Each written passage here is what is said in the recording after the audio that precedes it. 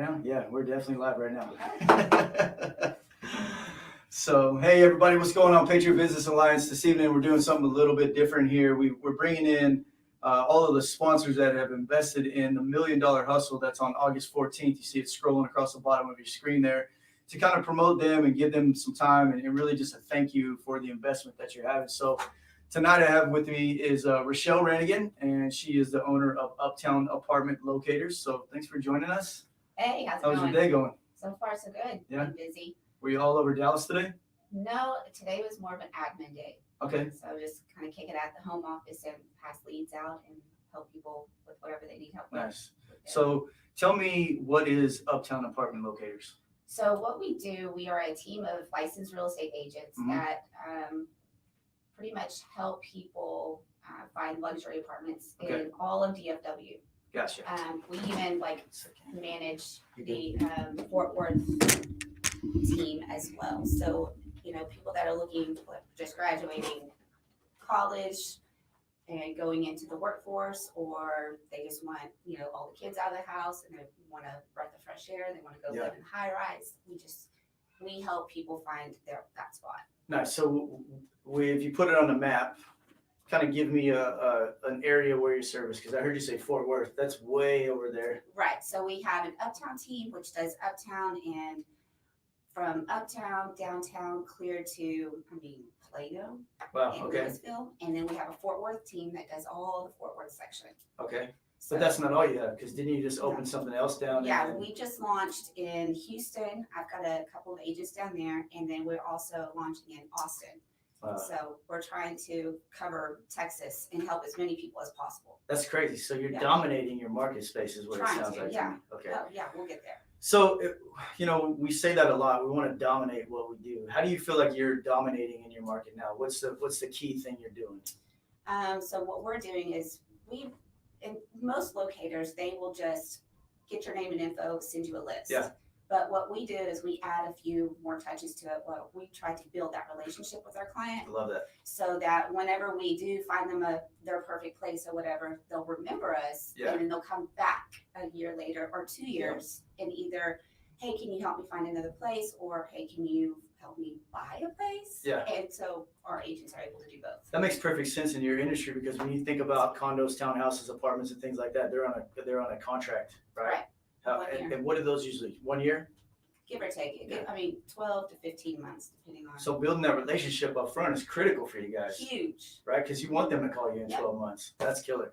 So as far as, how long has Uptown Apartment Locators been in business? Like, how long is the business? So UAL has been in business since we launched, I want to say, in 2018. Okay. Wow. So we're not too long ago. Nope. We're pretty fresh, and we just been rocking and rolling ever since. How many people do you have on your team right now? Closing on 25. What? Yeah.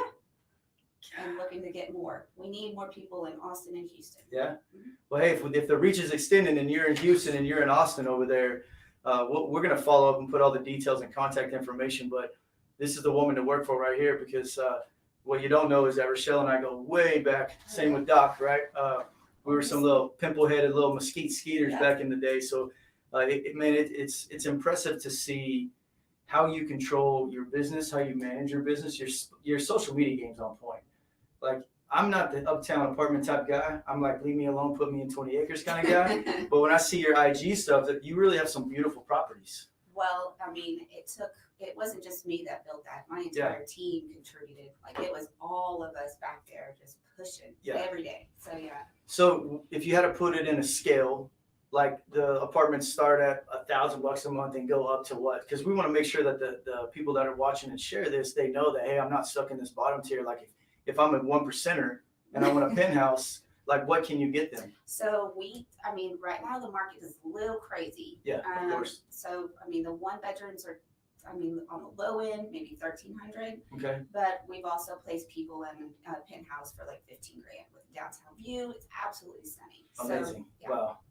That's crazy to me. Just 15 grand, right? A month. But that's a lifestyle thing, right? Yeah. Like, me and my brother are totally different. I'm a very like a country, like want to live in, but he's very like your business. Yeah, he loves it. Like he just moved back home from Seattle, like right downtown. Yep. Like he loves that style. So he actually moved home without telling anybody. Sneak attack, right? Showed up at my mom's one day and went, "Oh, hey, what are you doing here?" So it would have been nice to know that he was coming back, because then I could have hooked him up with you, right? Did he find an apartment? That's what I'm saying. Yeah, What? I know, and I'm like, dude, I know What's some his name? people. I'm like, what's up? So, but it's good to know that you have that service, because not everybody wants to buy. Not everybody wants to be in a long 15, 30-year mortgage or something like that. Some people love to move. And to me, it sounds like where we can help you from the PBA side is going to be to help our people understand that, hey, you don't just have to spend your money buying homes, right? There's other options there. And if you're that person that loves the downtown views and all that stuff, hey, Rochelle and her team, they're your people. Yeah, thanks. What separates you from your competition? It's a cliche question, but what really does?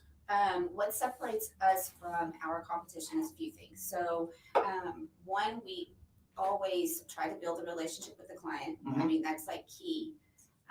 Two, we actually offer an incentive for working for us or working with us. Okay. We'll, after you close the deal, we'll offer our clients like a free 2-hour move, or we can give them a $200 or up to $200 Venmo to help them with moving costs. I would let you help me move all day. Yeah, I mean, people love it. Yeah. Another thing is we have a ton of resources that, we can pass out to our clients, like as far as, painting or electricity or anything. The trade partners that you build relationships with. Yep. We talk about that a lot in this room, how we're not chasing the dollar, we're chasing the relationships. We actually had a big conversation on it last week. So here you are, a strong, successful businesswoman, again, saying the same thing we've been saying. So what are you doing right now to generate leads in the industry like that? So I personally have been in the industry for over 10 years. So I have all of my, past clients that I've brought on board. Wow. Okay. I also built relationships with leasing agents all over Dallas. Yeah. So anytime they have someone they can't help, hey, Rochelle, can you help this guy? Okay. Yeah. So I'm like passing those out. And of course, social media plays a huge aspect in my industry. Yeah. I'm telling you that's where like I really started kind of following your IG page and your Facebook and stuff, was because what do they say? You don't, what is it?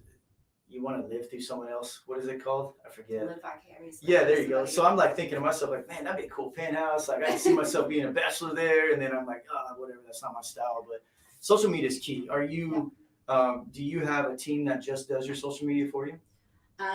Right now, we just pivoted the entire company and hired an exclusive person back there to manage all the social media. Cool. I've got an amazing photographer that is killing it, that gets all of our pics and videos. So it's one guy that's doing all those pictures? Yes. So that dude's moving and grooving. Yep, she is amazing. Oh, so that gal. My apologies. Sorry. Yeah, because those pictures are amazing. Like when you look at some of it's crazy to me because comparing like your photos to some of even of the realtors that I follow, and it's like, bro, you took your flip phone and took it through that house. That doesn't engage me in wanting something like that, right? I'm telling you, like I was having a conversation with her yesterday, and she said, I'm actually better than our biggest competition. And I was like, hell yeah, you are. Yeah, it's amazing. So let me ask you this. So we know who you are now, what your business does. We know that you're all over DFW, Metroplex, Fort Worth, Austin, and Houston. What's the next move? Okay, so next move is to really hone in on the cities that I have and just grow those cities. Okay. I think once I get those up and going to where they're just, just making mad amounts of moves, I can kind of step back and let everyone make money. Yeah. You know what I mean? So you're trying to automate and delegate the business. Yep, automate, delegate, and then just make all of my agents rich as hell. See, that's key. I love that you said that, because a lot of people don't really care about the employee. You hear all too often like, oh, I'm just a number. But when you truly care passionately about your employees, and that is the face of your brand. Yeah. That's the people that are out there hustling and bustling on a daily. Yep. Your team is your everything. Yeah. I mean, that's it. Yeah, I'm 100% on board with you there, because I'm growing my team as well right now, and it's tough. You know what I mean? Because when you have high standards, you're missing a large gap of people because they just don't meet those standards. Right? The workforce is there, but is it really there? Nah, because we're elevated up here. So exactly. It goes back to you got to put the right people in the right seat. Yeah, right people in the right place on the bus. Yeah. that came from a book. I don't know who wrote it, but someone told me that years and years ago, and it kind of stuck with me. But it makes total sense, right? Amy Johansson told me, she was like, you got the wrong people on your bus. Yeah. I'm like, okay, let's fix it. You know, she's a smart cookie. Yeah, and I remember Doc had her in here not too long ago and was just kind of chatting back and forth with her, and let's see if we She got. knows her stuff. So tell us a little bit about you, the Rochelle Rannigan. Then, what are you? Who you from? Where you from? I mean, Me, I'm from good old Mesquite, Texas. the hood. The hood, the old hood. Yep. But I went to Old Mesquite High School, graduated, Mhm. married Mike Rannigan, had a couple of kids. He went to war a few times, came back, and now we're happily ever after. Yeah. With his crazy days, but It's funny. She says the crazy days because we were talking the other day, and I'm like, I don't know how you keep up with this dude. Like, Yeah, I can't even keep up with him. She said, one day at a time, one brother. day at a time. A lot Cool. of coffee. Yeah, a lot of Trying to coffee. keep up. Yes. Okay. So you got 3 children. 3 kids. One is graduated. She's a senior Yeah, this year. our senior so, this year. yeah, And then so Jake sad. is almost 14. 14. Yep. So he's going into freshman year. So I have 2 in high school, and then the monster. And then the monster. She's awesome. She's so She's cool. my 5-year-old. That day we were at the mayor's party and she was singing up there. That was She amazing. took this microphone.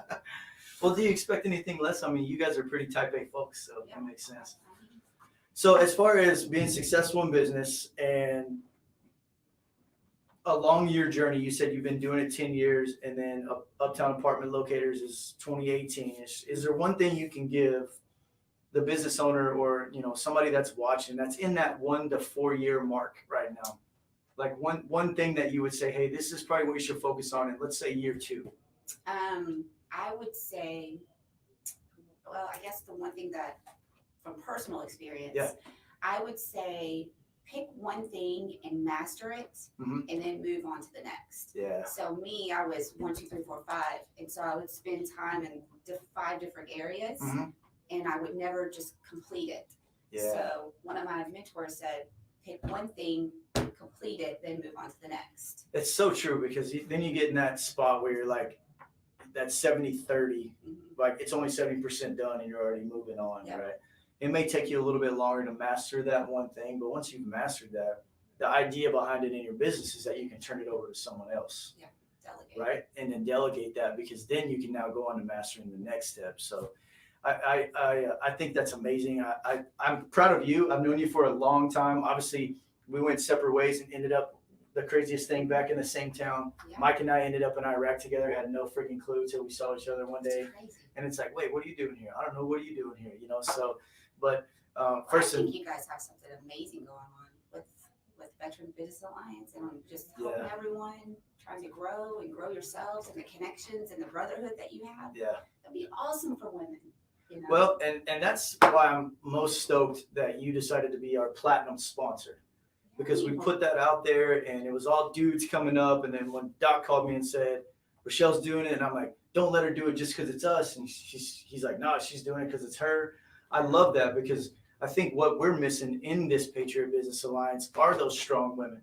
You know, like yourself and the Amy Johannassons who have a track record of winning and dominating their market space. So I would urge you to jump in with us. Yeah, You know what sure. I mean? We would love to have you involved, and then we can do all kinds of different things. Like with our $1 Million Hustle here, it would be great to do something like that with you involved and bringing in some of your network as well, because you're obviously all over Texas. You probably know some people, I know right? some people. You know some I people. got people. I love it. I love it. Have your people call my people. That's it. We will. We will. So thank you so much for investing in us and coming and spend some time with us. You got any saved rounds? Anything else you want to drop on I'm our? so excited for you guys. I'm so proud. You guys have grown so much, and I'm really proud. Really, really proud of you guys. Come a long ways from that Come a old long Mesquite ways. hood Look over at you there. Just wait till you're good. Thank you so much. I appreciate it. So stick around. We have a whole evening tonight. We're bringing in all the sponsors that were available. Some got stuck in Dallas. Some got stuck at work. We call that the structured chaos of life. You guys have heard that for months and months.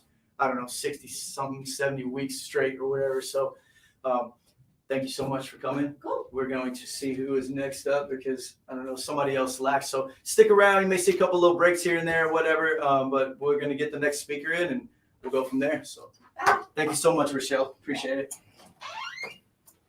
We got any other speakers out here? I'm gonna let this thing roll. Let's see who's here. East Texas, huh? Is it on still? Yeah, it's like we're live. I'm your next speaker. You are? Yeah, it just Well, popped come up. on in, Doc. We're gonna stay live the whole time. It is what It it just popped is. up. Yeah. You crushed it. Yeah. You good? That's what's up. Yeah, I was watching you over. Were you watching it? Yeah, She was. that's why I knew tripping. to come in. I She heard was my tripping. She's intro. like, I'm so nervous. I'm like, just follow. No, I'm you surprised I didn't stutter or anything. Yeah. totally crushed it. Well, you know, the thing about it is when we first started doing it too, there was a little bit of like, okay, step on each other, whatever, but you just kind of feel that synergy. Like that's his word and we've stolen it, but that's really what happens. And, you know, people don't want to see somebody that's like, blah, blah, blah. Yeah. I don't want to see that shit. You know No, what I I want mean? to see raw emotion. You navigated Yeah. it perfect. Yeah, I was so- like, Yeah, it's It good, is. man.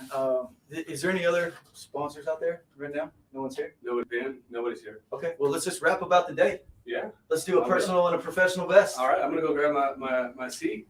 Yeah, go grab a seat. So while Doc goes and gets a seat, why don't you give us a personal and a business best for the day? It's kind of how we usually start to show off, but all right, so let's see. Personal best.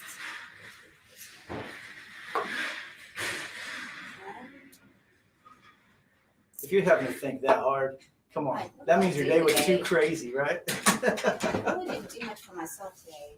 I got up, I did my hair. Look at this. That's a personal best. You did You it. know what? Your hair looks Look, on fleek. I got a personal best that I know you forgot all about. Y'all just had your daggone anniversary, right? Yeah, 18 years. That's pretty 18 awesome. years? Yeah. That's crazy to me because when I think about 18 years, I think about how much we've How long all have you been married? we hit. Don't get me lying. 11 years. Love you, honey. Yeah, 11 years this year. But I think 18 years, right? And you look back and look how fast it went by. Like Haley's a daggone young woman now. Yeah, You know what I 17, mean? she'll be 18. I don't think she really wants to talk about that. Like, Yeah, but hey, it was worth it. yeah. All the ups and downs and the ebbs and flows, and It's a team thing, man. once it's we always a learned team. that, I guess that's when we figured out that it's. Yeah. I think one of the biggest things I've ever heard during like a marriage thing was she is not my enemy. Oh wow, that's pretty heavy. You know what I mean? Wow. And sometimes we can view that in business and relationships and everything that we get offended by some things that people say or our spouse says or whatever, and we get on an attack mode. And That's probably another reason why we can never work together. You know what I mean? We have to have our separate. Yeah, that can get tough, man. When it, like I remember when I can't remember what episode it was, but you had something. You said something that was pretty heavy too. It's like just because someone else is upset doesn't mean it's got to crush my flow, right? I don't have to get upset with them too. So, you know, when I heard you say that, I kind of reflected on that for a couple of days because I'm very wear it on my sleeve. If someone pisses me off, I'm gonna let them know they pissed me off. But that's not always the right way to go about it, right? You know, You gotta have a little bit of tact, a little bit of okay, pump the brakes for a minute and go. take a rest. we like Yeah. to say we don't like to let other people dictate our emotions. There you go. Exactly. So, and it's hard. It's tough. Yeah. Like when I upset her or vice versa, I don't want that to ruin the whole evening, and it has. And it, you know what I mean? And it's, I'm we're all. If you're married, you guys know exactly what the hell I'm talking about, right? Like, yo, did you bring the milk? Full 24 hours. Oh, so you're still on this 24-hour cycle? Like, I'm done.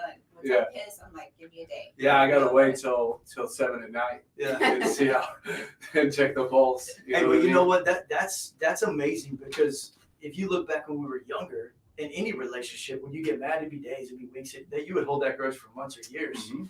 So the fact that anyone gets to a maturity point where they're like, okay, I'm pissed, leave me alone, don't talk to me, let me be me, and then tomorrow we love each other again, cool, I'm good with that. Tiff and I are the same way. Yeah. I piss her off way more than she pisses me off. I promise you that. So So your personal best was 18 years. 18 years. I love you guys for that. That's amazing. Business best. What happened today that you're just like, this is what's up? For me, I actually brought on 3 new agents to the Dallas team. She's blowing up, dude. Yeah, I can't. Can't even keep up. She's so right here, and Yeah. and then synergy and within her company. I love watching it. So those 3 people are what role? They're all locators. Just locators, sales. So that's Sales. primary sales position, right? Yep. Sales. Okay. Yeah, if I correct me if I'm wrong, you're 90% sales team Oh, based. yeah.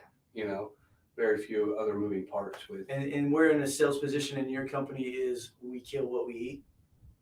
or we eat what we kill. We eat what we kill. Yeah, And that's the hey, name there's of the no game. other place to be in the sales role. I mean, I've known sales guys that have had like, here's my base plus commission, and then I've known sales guys that are just like, hey, I eat what I kill, hungry as hell over here, Hungry. Yeah. right? That's Never great. sleeping, always hustling, getting it, and then you got the guy that knows he's getting $5,000 a month. Yeah. Man, it'll be okay. Yeah. Oh, I got it. My bills are paid. Yeah, My bills are paid, and yeah. when we both, yourself too, being a business owner, Oh yeah, I eat what I kill. we have to. Absolutely. Sometimes I don't even take a paycheck, Yeah. just to keep cash flow like moving and operational costs. And but you mentioned something about not being able to work with each other. I think we finally are. We finally. Well, I have you here. She said, "Hold up, while I'm here." I want to talk to you about it. Can't work with this one either. Yeah, We have all types of special guests here today, folks. yeah. This is unscripted live. We got Unscripted Miss live. Brooklyn in here, and we're you know what? We're just filling some time with some good conversation because look, guys, we hustle, we bustle. We're always moving and grooving. You got to take that time for your family. You got to take that time to sit back and have a good conversation with people to keep those relationships. Well, this is what we're doing it for, Yeah, right here. Yeah, exactly, 100%. And you know, my favorite thing about our conversation about the Uptown apartment locators for the first 15 minutes was that you kept banging on that word relationship. Yeah. And we bang on that word every week. So guys, if you're in that 1 to 2 to 3 years, even if you're 10 or 15 years in the business, don't forget, man, that should be the foundation of all of this because the rest will take care of itself. The money will come. Yeah. You got to build that solid foundation. I was talking to Doc a little while ago. I had a conversation with a contractor today. We won't throw him under the bus or anything, but he straight up told me, I don't really like what I do.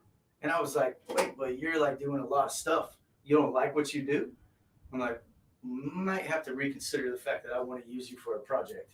Yes. Right?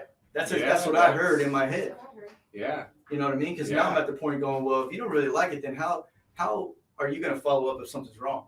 Or are you even going to be there if something happens? So, Are you going to do 100%? yeah, 100%. So, With me and the TV. I'll help you. what are you chewing on there? Almonds. Almonds, good for you. Almonds. Oh, you got to show it to me now? We don't have to. Can you say hi to everybody, Brooklyn, in the camera? Tell Hi. the world hello. Go, hello, world. Hello, world. Hello, Patriots, America. Oh, man. You need to say this. This is your girl, Brooke Rannigan, coming at you live from the war room. Hit him with it. She's Hit 'em. trying to find a microphone. It's over here. But don't touch it. All right, you can mess with it. But I think we are finally now working with each other, right? With the home purchasing. You know, Oh, yeah. she's she's Bunny Bags, Hello. and I find them and I get them remodeled. Yeah. And then she lists them and sells them.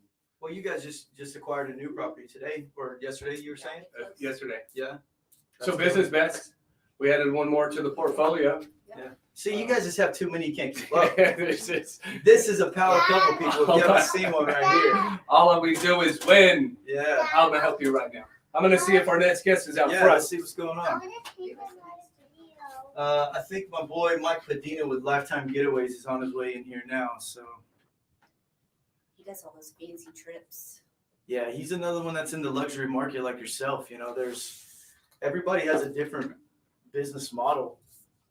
Some people I would classify your business as a luxury business because some of the things that you're doing are for, you know, some pretty high net wealth people, I would think. You got any- I just have been around Yeah. houses and all kinds of cool stuff. I mean, anybody can put 15 G's into a badass apartment. Got a little bit of disposable income, I'd say. Yeah, a little FU money. Yeah, I love that. So as far as our $1 Million Mastermind, who are you most excited to hear speak? I'm excited. Well, of course, my coach. He's always, every time he gets up, he spits fire no matter what. So I'm excited to hear him. Thomas Keenan? Yeah, Thomas Yeah. Keenan. Are you guys going to talk? We're Little gonna bit. a little bit here and there. A little bit. So I think the way we have it set up that Danny is going to Yeah. come in and kind of hype up the crowd a little bit. You have Danny coming? Yeah. Yeah. He's fun. And then we'll do some intros, and then I think Mhm. Casey's going to stop and do some Q&As Yeah. with the audience and the speakers, and then Jeff will kind of close it all down, say thanks, and we got some pretty cool gifts and shit that we're going to give Yeah. to our speakers, and you know what I mean. Sponsors and stuff. Yeah, it's gonna be pretty exciting. I know. I told Doc, I'm like, hey, I got my boy Danny coming. He's the hype man of hype man. Like, if you don't know this guy, Danny Galvez, I would say the $88 ticket that you need to buy for $1 Million Mastermind is worth it just to see my boy Danny come here. So Doc was like, whoa, you trying to steal my thunder? I'm like, no, just wait and see, bro. I've seen it 1,000 times. Yeah. So, I'm like, so I've been taking all my notes from him. Yeah, Gotcha. dude. I'm in. I'm telling you, man, he's amazing. And you know what's cool about him too is he can be the hype and he can be crazy and you know get you involved, but you can actually sit down and have a conversation with him, Smart and dude. immediately you can tell he's compassionate about what he does, and it just bleeds through what he does, and people see that. You know, we've talked all the time. Like, you want to bullshit people, people will notice. No matter how good at you are, people figure it out. And that's one of the first time I had a conversation was a few weeks ago when I went down there for the 2-day class, right? And I'm like, I got to go talk with Thomas. I got to go talk with Danny. You know, high five Stu, whatever. You're cool, but I got other people I want to talk to, Right. and spent real good time with Danny and Thomas. Mhm. And I walked away going, dude, I should have did this a long time ago, like a long time ago. Yeah. Like We can only hindsight use the 2020. power of suggestion is Yeah. where it's at. It wasn't Rochelle's the one who actually led me to the whole Apex thing, anyways. Yeah. So let's talk about Apex real quick. So you're kind of the OG here. So tell us a little bit about how you got involved with Apex. Wow, I started following Ryan back in, I want to say 2014 or 15 when he was just getting started. Yeah. And I just rode with him and went to all his speaking events that were in Dallas. I think he had I don't know what it was called. I think it was $1 Million Mastermind. Yeah. But I would go to all of his speaking events, listen to him all the time, his podcasts, and that's what started churning in my brain. Oh, I can do this by myself. I don't need anybody. You know what I mean? I can do this on my own. So then I just kept listening to him. Who was the other guy I listened to? Ed Milet, Ed Milet Andrew and Facelli. Andy Friselli is a good one too. Yeah, those He's are one of my all in the favorites. same crew together. Jocko Willick. Those three are my absolute favorites. Yeah, Stuman talks about both of them quite a bit. So I mean, I just rode with him, and he just started, and he just told me bits and pieces of things that I need to do, and Yeah. just did it. You know, it's amazing to me because for so many years, I fought the power of mentorship. I fought the power of someone can help me, you know, and finally this year was the moment where I had like that light bulb, that aha moment, you know, and it just totally changed. I'll be honest with you, it changed my life. It changed my thought process, my mindset, the whole thing. And it's now a reality to me because I feel like, oh, I don't want to pay that guy to tell me how to do my shit. You know, I don't want to deal with that. But I changed I looked at it no longer as I'm not paying him to help me. I looked at it as like, I got to invest in me. Yes. I got to invest in me because, you know, my company's, I'm not even close to where I envision it being, but I would say it's running, right? Mhm. Leads are coming in, generating the whole deal. So for 4 months now, it's just been like, okay, who can I really be in the room with that's way above where I am? Right. And now I'm going to do this, shut my suck and turn my freaking ears on. Yeah. And that's what I've been doing for months, man. And it's been crazy. So you guys are both in the Apex executives. Yeah. So if you don't know, we can drop some information too, because Thomas Keenan, one of our speakers, is a COO of what's called Breakthrough Academy right now, but we all call it, you know, we are Apex. That's our family thing. But there's a bunch of different levels, and there's more information in that system, Facebook group. dude, than you can probably ever get like through your brain housing group. But I tell you one thing, if you're interested in what we're talking about, you have any questions on us, you like hit us up in the DMs, shoot us a message or whatever. Buddy of mine, Chris Shivers, just hit me up on Facebook the other day. Hey, what's this about? I saw you posting some shit at this thing last week. Just signed up. You know what I mean? So I think William signed up. Chuck Cleveland signed up. We need some referral fees. That's what I'm saying. So Stuman, what's our referral fee? Me and Rochelle were just talking the other day. I was like, hold on. I said, I'm just count the names that I know personally that have joined under Apex since like we've been heavily involved, and it's almost like 8 or 9 people. It's crazy because when I came, I was like, jazzed. Yo, bro, I just signed up. He's like, yeah, I've been in. I'm like, say what? He's like, yeah, Rochelle's an OG. I'm like, well, when are you going to tell me about it, bro? So now I'm excited because it motivates me because I'm in the level below you guys. It motivates me to say, I'm going to be in executives next year. Well, like, that's my goal, right? Perfect. Because Now it's no longer about, man, can I stack this money? Hell no, I'm ready to spend it to make more. Exactly. You hit the nail on the head, right? Yeah. I can stack it, Mhm. and it won't have any dividends. No. But I can invest it. I Yeah. can double down, and I can take the risk on myself, on an investment opportunity, on a business venture, as a silent partner, wherever. Yeah. And earn the force multiplier. Yeah. You know what I mean? That's what it comes When down you to. times 10 it, right? Grant Cardone talks about all the time. Yeah. Times 10 your fucking income. 10 times. You know what I mean? Mhm. 10 times what you're doing. Well, it's just about investing in yourself. And Mhm. as you move through your business progress, you're going to come up against things that you don't know the answer to. Mhm. Yeah. So to have that group of people that are a little bit smarter than you, to go and be able to reach out to them and say, hey, how do I do this? Yep. And they immediately say, this is what you need to do. Yeah. Oh my God. That's, I mean, it's powerful. Look, and if you're in that year 1, 2, or 3, and you're questioning what does it mean to invest in myself, or you feel like you really don't have that extra $200, $400, $600, $800 a month, get with us. I promise you, we can at least give you, some insight and tell you how we're doing it. Doesn't mean it's right for you, but at least give you our input on it. But I promise you, it's changed my entire mindset. yeah, it's good stuff. 100%. So if you're interested in it, let us know. Also, if you guys are liking this stuff, I know it's a little off script and a little crazy tonight and a little different, but share this out to some people. We're going to start sharing it out as well so we can get some more reach, because there's somebody out there that wants to hear Rochelle's story and wants to see, I'm a strong woman too. How can I be successful? How can I break the chains of conformity? You know what I mean? Because that's really what it comes down to. And I tell you what, once you figure that out, it's so refreshing. It's not easy. Being a business owner is not easy. And sometimes it sucks, right? It does suck most of the time, but Yeah. with being a business owner, you are a little obsessed with Oh, what yeah. you do, and Yeah. you know what I mean. You're You have to obsessed be. with winning, Mm-hmm. so that kind of like when shit starts to hit the fan, and you're just like, man, do I really want to do this? Yeah. You just kickstart. You have to do this. Yeah. So. It's that eat what you kill mentality. Yeah. Totally. Yeah. We got some other folks out there? No, just Brooklyn out there just taking care of business like No usual. Casey? Yeah, no Casey, just Brooke easy. You keep an eye on the time. Once you get, she's got her mom's birthday today. You got so many wins. You know that? How old's your mom now? We don't even know. 50-50. 50? 50-50. 50-50, something like that. That's a 50-50 shot. 50-50. Hey, she's mid 50-ish. Hey, she sold it though. Yeah, yeah. I heard 50. I'm like, oh, that's not bad, It's 50-50 on an OG. That's it, man. We lose track. We don't even know how old our own damn kids are. So 540. So that means okay, it's all right. Yeah, Where's yeah. Casey at? No word from him. I yet? think he's tearing up the the courts. All right. I think he's out there getting things situated and Mhm. have been. So Rochelle, you did pretty good on here, man. I'm pretty proud of you. She's a natural at it. She's nervous. So what's your next steps? Are you gonna be on camera? Are you gonna be on podcasts? Like, what are you gonna do once you get your luxury relocation services on autopilot? What's your next step in life? Well, I'm hoping Michael Podina will hook me up with a trip to like. First, you better pronounce his fucking name right, okay? Because he's His name. Podina.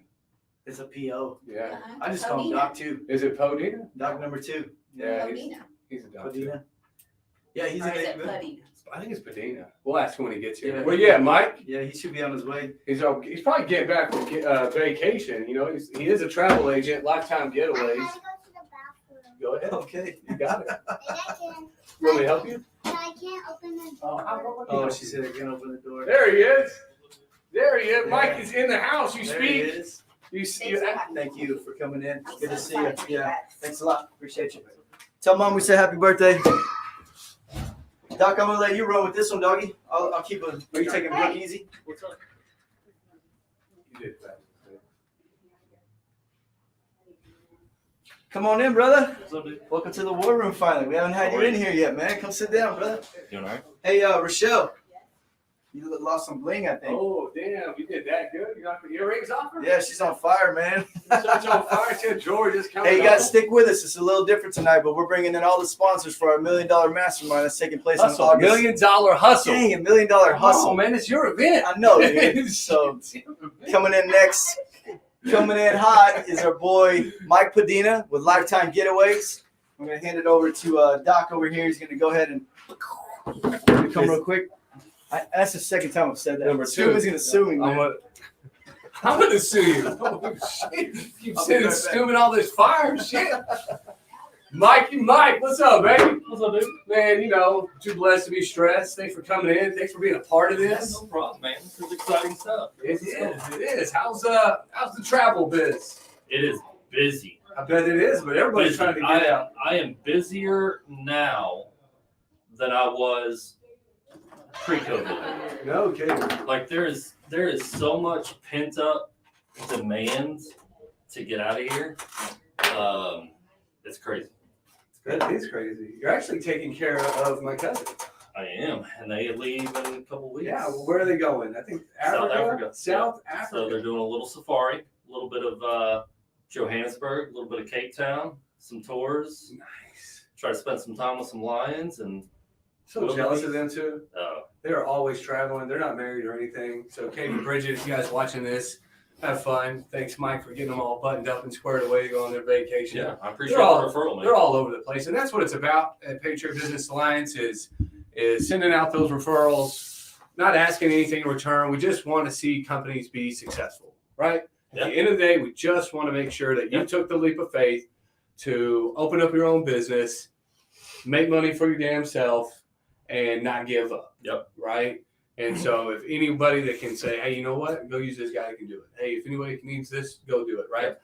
And the beauty behind it is I trust him enough, that's my own family, to get them squared away. Just a little bit. You know what I mean? Just a little bit. So, Mike, what separates you from your all the other travel agents out there, the Sandals, the whoever? First things first, what separates me from the online sites, let's touch on that Okay, first. Okay. So what separates me from the online sites is personalized service.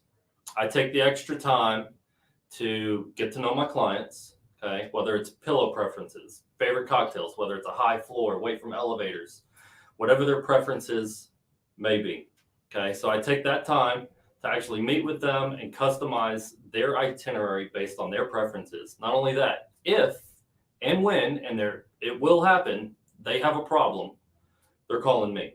They're not calling a 1-800 number to take care of a problem, whether transfer's not shown up or room's not ready or they don't have the reservation or flight's been canceled. They're calling me. They're not calling a 1-800 number. What separates me from the other travel agents is I don't just sell Mexico. I don't just sell the Dominican Republic. I sell the world. I Yeah, take that's care what of it sounds like. everything from the time you leave your house till the time you get home. Spa, taken care of. Restaurant reservations, taken care of. Excursions, taken care of. Everything from the time you leave your house till the time you get home. So I don't even have to think. No, you Just come- once when I first talked to you. Yeah. That's the only just thing I once. gotta I'll do. throw some options out to you. All You right. say yay or nay. I don't like thinking. Nobody likes thinking to go on vacation because it's a chore, right? Like For some people, it is. It is. I booked my own vacations before and went to Cancun and then you're trying to book these excursions and you don't know if this excursion is ripping you off because there's another group of people at the same damn Or excursion. make sure you're using a preferred partner. You know, Right. somebody that's going to take care of you and not. Because let's steering face off it, the it's beaten not as safe as it once was to travel the world, It's constantly changing. right? It's I constantly mean, like changing, there's especially nowadays. right, and not everybody just loves Americans, right? You start Yeah. branching out around the certain parts of the world. I mean, it's the facts. Facts You are what it gotta be a is. little bit careful in certain You know what I places. mean? And if you're somebody like myself, is like, oh, I'll figure out how to book my shit. And I'm the guy who's ended up in the back alley of Thailand because I didn't get on the conjoined flight. Yeah, you know what I mean? That's not a good place. Or I'm in jail in Singapore because I didn't use lifetime getaway. All I got was a lifetime stay away. You know what I mean? I was screwed for life. And so it sounds to me like one of your ideal. What's an ideal client actually? Like, what are you looking for, man? If I was your ideal client, what do I look like? So my ideal client is somebody that puts their trust in me. And if I haven't seen it or if I haven't been there, I've got people that have. So I've got every corner of the globe covered. Okay. For one. For two, if a specific client how do I put this? I do have minimums, okay, and Now, I what's do your charge. ideal client? So my ideal client is I show up with T&Gs and say, "Hey, book me a part," and I don't care where I go. the professional Okay. in their industry. So it could be an attorney, it could be a doctor, it could be a CEO, CFO. I work with many different types of clients. Okay? Okay. It could be a multi-generational trip. It could be just a simple cruise that they want to piggyback off of and do something pre or do something post, as far as excursions after the cruise, and if they want to fly to another destination after the cruise. But to get back to your immediate question, I work with all sorts of people. I mean, So let me ask you. Let me rephrase this a little bit, Yep. Mike. Would you prefer a client that says, "I just want a 7-day Disney cruise, get me there and get me back," or do you want that client that says, "Hey, I want to be able to climb the Himalayas, then get on a Disney cruise, and then go stop off in New Zealand, and then knock me back at home"? That's what I mean. Like, what is that passion? I want both. What drives you? I want both. I understand you want both. We all want both. But is it more fun for you to have that client that has this multifaceted vacation? Yeah. You know what Yeah, I mean? absolutely. Is that, you know what I mean? Absolutely. Because, Yep. yeah, Yep. I'm booking 6-day cruise. Okay. Yep. How hard is it really? But when you really got to spin your wheels and dig deep into that vacation, I mean, to be at that reward factor when they all get back home and everything goes off without a hitch. Yep. And that vacation for Yeah, that family went seamless, Yeah, right? there's no better feeling than a client getting back and saying, "Mike, you knocked it out of the park." Kill it. There's no better feeling because you know that person's going to return, and you know you're going to get every referral that they possibly send to you. Yeah, and that's huge, right? And so when we Yeah. talk about those ideal clients, and that's kind of the details that we really like diving deep into, because I get it, right? My ideal client in my industry is somebody who has money in hand and doesn't balk at my price, right? Like that's really the perfect scenario. Price is what you pay, value is what you get. Right. And so we like to really dive deep, and say, if I could just have these people show up every single day, Yep. I want those that are willing to put the money up and take a badass Absolutely. vacation. Absolutely. You know what I mean? Yep. Let me have a client that wants to see the world. Yep. Right? And that's what's huge. And how often do you get those kind of clients? So those come in more frequently now? Yeah, they're busy. Absolutely. So ever since this whole COVID thing Right. has really just torn the industry apart, Yeah. more and more people are putting their trust in travel advisors. Now, luxury travel, I mean, I'm getting them on a weekly basis, Nice. new clients, because they want that high touch, Mm-hmm. high, That intimacy, right? so they want that experience, and they're willing to spend the money on. And they're taking their safety in consideration. Maybe they're traveling with their parents or maybe young children. Yep. And so people are more prone to taking extra precautions. Yep. And fact of You've the got- matter and is, and testing's all over the place still. Yeah. I mean, certain. and money's cheap. Yeah, right. Money's right. Let's see who's knocking at our door. We may have a special guest out there, Mike. Let's see who's in there. Somebody's knocking at our door, folks. Maybe it's our next guest. I doubt it. I bet it's our ever so present Brooke Easy, always out front with this one. How do you deal with taking 5-year-olds on vacation? Is there any tips for parents out there that have young children, have like myself, a 5-year-old guest, and you know what I mean? So, I mean, I always encourage families that are traveling to book a 1-bedroom or a 2-bedroom suite, because it's going to give you a private space Okay. of the actual bedroom being just a king bed or a queen bed. And then that way parents can have a little bit of quiet time Mhm. when the kids go down at 8, 9 o'clock, whatever it is. So Hey, you that's guys go to bed at 8? What, you give them like melatonin, Mike? no, I put them down between 8 and 8:30. I run a tight ship. You got a tight schedule at your place, man. I run a tight ship. I need to take some parenting notes. That one right there. She's stubborn. She's too Probably much. takes after the wife. There's a good chance. She takes after my good looks though, so we got that going for me. Well, I don't know about that. It's all in the beauty's in the eye of the beholder. You know, that's what they tell me. That's what I'm holding on to. And oh no, where's your mom at?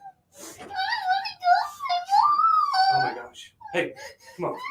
Oh. Mike, tell people about your what we still got going on.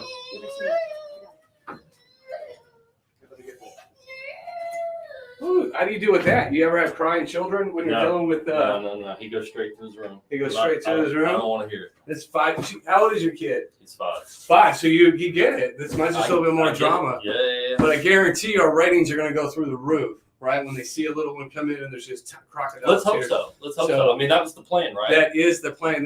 I know we said that this was kind of unstructured chaos, but that was planned. My wife actually pinched her and then sent her in here. So it's all scripted. It's all scripted. So other than just the services of getting their trip in order, making sure the itineraries match and getting them from point A to point B to C and then back home again, you kind of already answered it in a previous question, but we want to dive a little bit deeper. Like, what really other kind of services do you provide? And what I heard you say was you've actually gone to some of the places. Oh, many of the places that you suggest. So let's dive into that. And why do you find that to be so important and beneficial to your clients? Instead of the blind leading the blind, you've got a experienced traveler that has been there. So, for example, clients going to South Africa in a couple weeks. I've been there. I've done that. I've seen some of the hotels that some of my clients are staying at. I've been on safari, so I know exactly what it's like, whether it's in Tanzania or Kenya or South Africa, Botswana, or Uganda. If a client wants to go gorilla trekking, sometimes that's an experience that's hard for some folks to wrap their heads around, because you are literally within feet of a gorilla that is literally more than 98% the same genome as us. I think it's like 98.6%, which is just blows my mind. And that's an experience. So it helps to be able to put that. Did you track a gorilla, Mike? I have. You have? Yeah. It's phenomenal. Probably going to change careers and become a friggin' travel advisor with Lifetime. It's an amazing experience. I would do it again. Yeah, what kind? Silverback? Silverback. Where was this at? This was in Uganda. Uganda. 3 years ago. Wow, deep in the jungle, huh? Deep in the jungle, up in Brewing National Forest. Yeah, it was phenomenal. He just cussed at me right then. Brewing. Some sort of cuss word. So that's what Lifetime Getaways brings to the table. Experience. So how can we get a hold of you? So phone, you can text me. Call 972-974-8661, or you can shoot me an email at info@lifetimegetaways.net. And let's get the process started. All it takes is a phone call.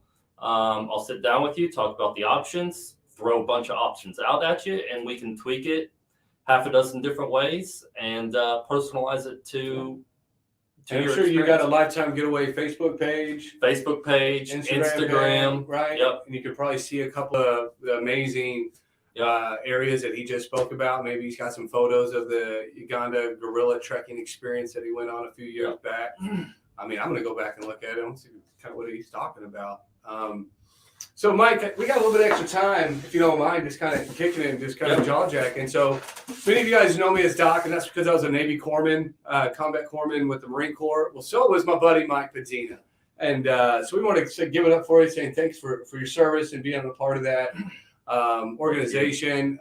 Being a Doc, holds a special place to corpsmen in their heart. So, tell us a little about your time, the years you were in the service, and kind of how maybe the military set some of the foundational components to being a business owner, and that kind of how was that impactful for you? Okay, so first things first, spent 6 years in the Navy, did 2 years Portsmouth Nav Med Center, and then did 2 years in Sicily.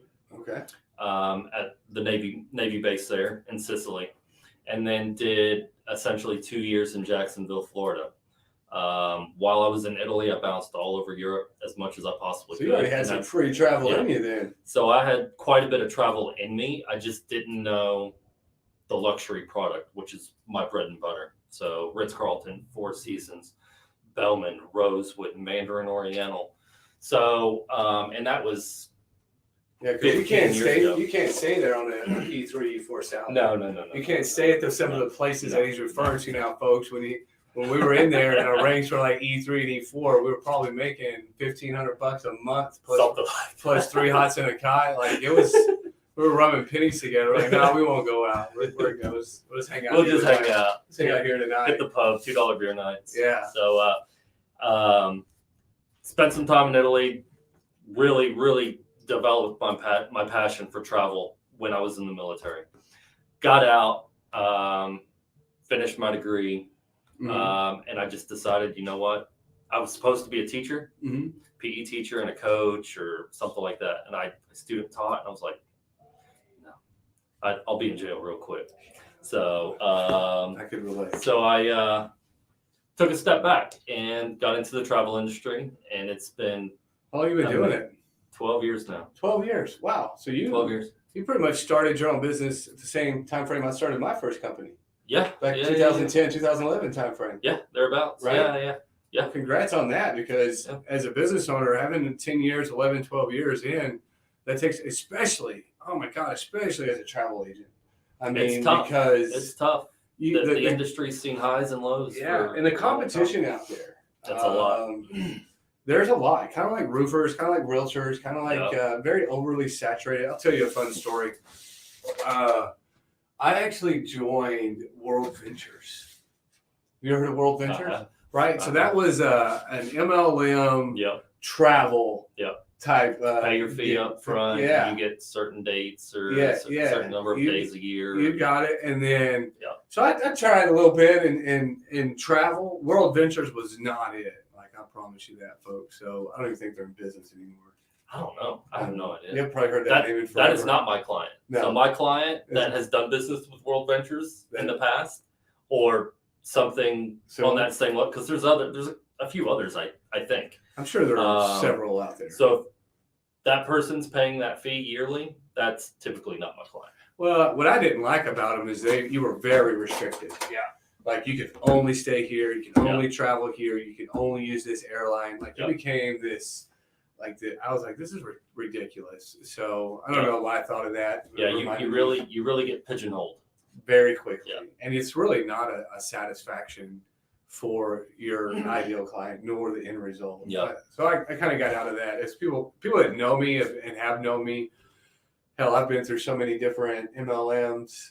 You know what I mean? You're that guy. I'm that guy. That went through Quick Start, Amway, Primerica, Mary Kay. My wife did Mary Kay. And I was like, I'll sell it, but I don't want to sign up for it. Right. And I did. I did not do Advocare. I think the last one was World Ventures, to be quite honest. That was the last kind of a MLM thing that I ever bought into. That's hilarious. But it was exciting to me, right? To be your own boss, to sell your own product. That was exciting to me. I always chased that opportunity of not having to report to the van. Yeah. Not somebody tell me when I can and can't go on vacation, when I can and can't go to my doggone kids' recital, or whatever the things people have to miss out on because the boss man says he wants to do that with his family, right? So sorry about your bad luck, Mike. I'm going. And so it's important that you guys, that people out there that are listening, that are audience, and you're thinking about getting into the entrepreneurial race, understand that it takes time. It takes that hard work, that grit, that hustle, the time and grade, the consistency, and most importantly, the passion, right? Because if you didn't like to travel, you would. People will read that real quick that you're not passionate about your product. Yeah. Or what you do for a living. And they will. It comes across in your tone. It'll come across in your body language, how you present your product to your people. You know what I mean? Passion is just so paramount in what you do as an adult. Because I was that guy. Like I said, wasn't passionate about fucking selling insurance or selling vacations. I was just looking for a get rich. How can I make money? Quick. Right? Yeah. Because there's a OPM, right? You know, OPM stands for other people's money, right? I mean, I've never heard it put that way, but okay. And my thought process when I was younger was my money was in your pocket, right? So it was up to me to figure out how to extract it. Yeah. You know, and that's a poor mindset when being a business owner. Because it's not about the money, it's about that end result. About your client showing up from that 14-day vacation without any stress. I can't tell you how many times I've come back home and just been more worn out from vacationing than you know what I mean. You need sure a vacation. Vacation. From a Yes. Yes. Vacation from a vacation, and it seems like that happens. I mean, it happens to the best of us. It happens to me all the time. Yeah. Just because traveling in itself can be stressful. Yeah. Is there any traveling tips that you give to your clients, like to get prepared and understand that, hey, this can be daunting, especially on a long one. Like going to South Africa, there's got to be at least a 18-hour ordeal to even get there. It's longer than that. It's about the average flight time or travel time is probably around 24, 25 hours. And that's just average, depending on what flight you booked. I mean, it could be as much as 32 hours or as low as maybe 21 or 22. And that's with connecting in whether Paris or Atlanta or anywhere. Yeah. Wow, 24 hours. Yeah. And so my brain's like, you know what? I'm taking a 5-year-old no 24-hour freaking road trip. That would be that's suicide. That would be hell on wheels. Yeah. I'd have to go through a whole bottle of melatonin.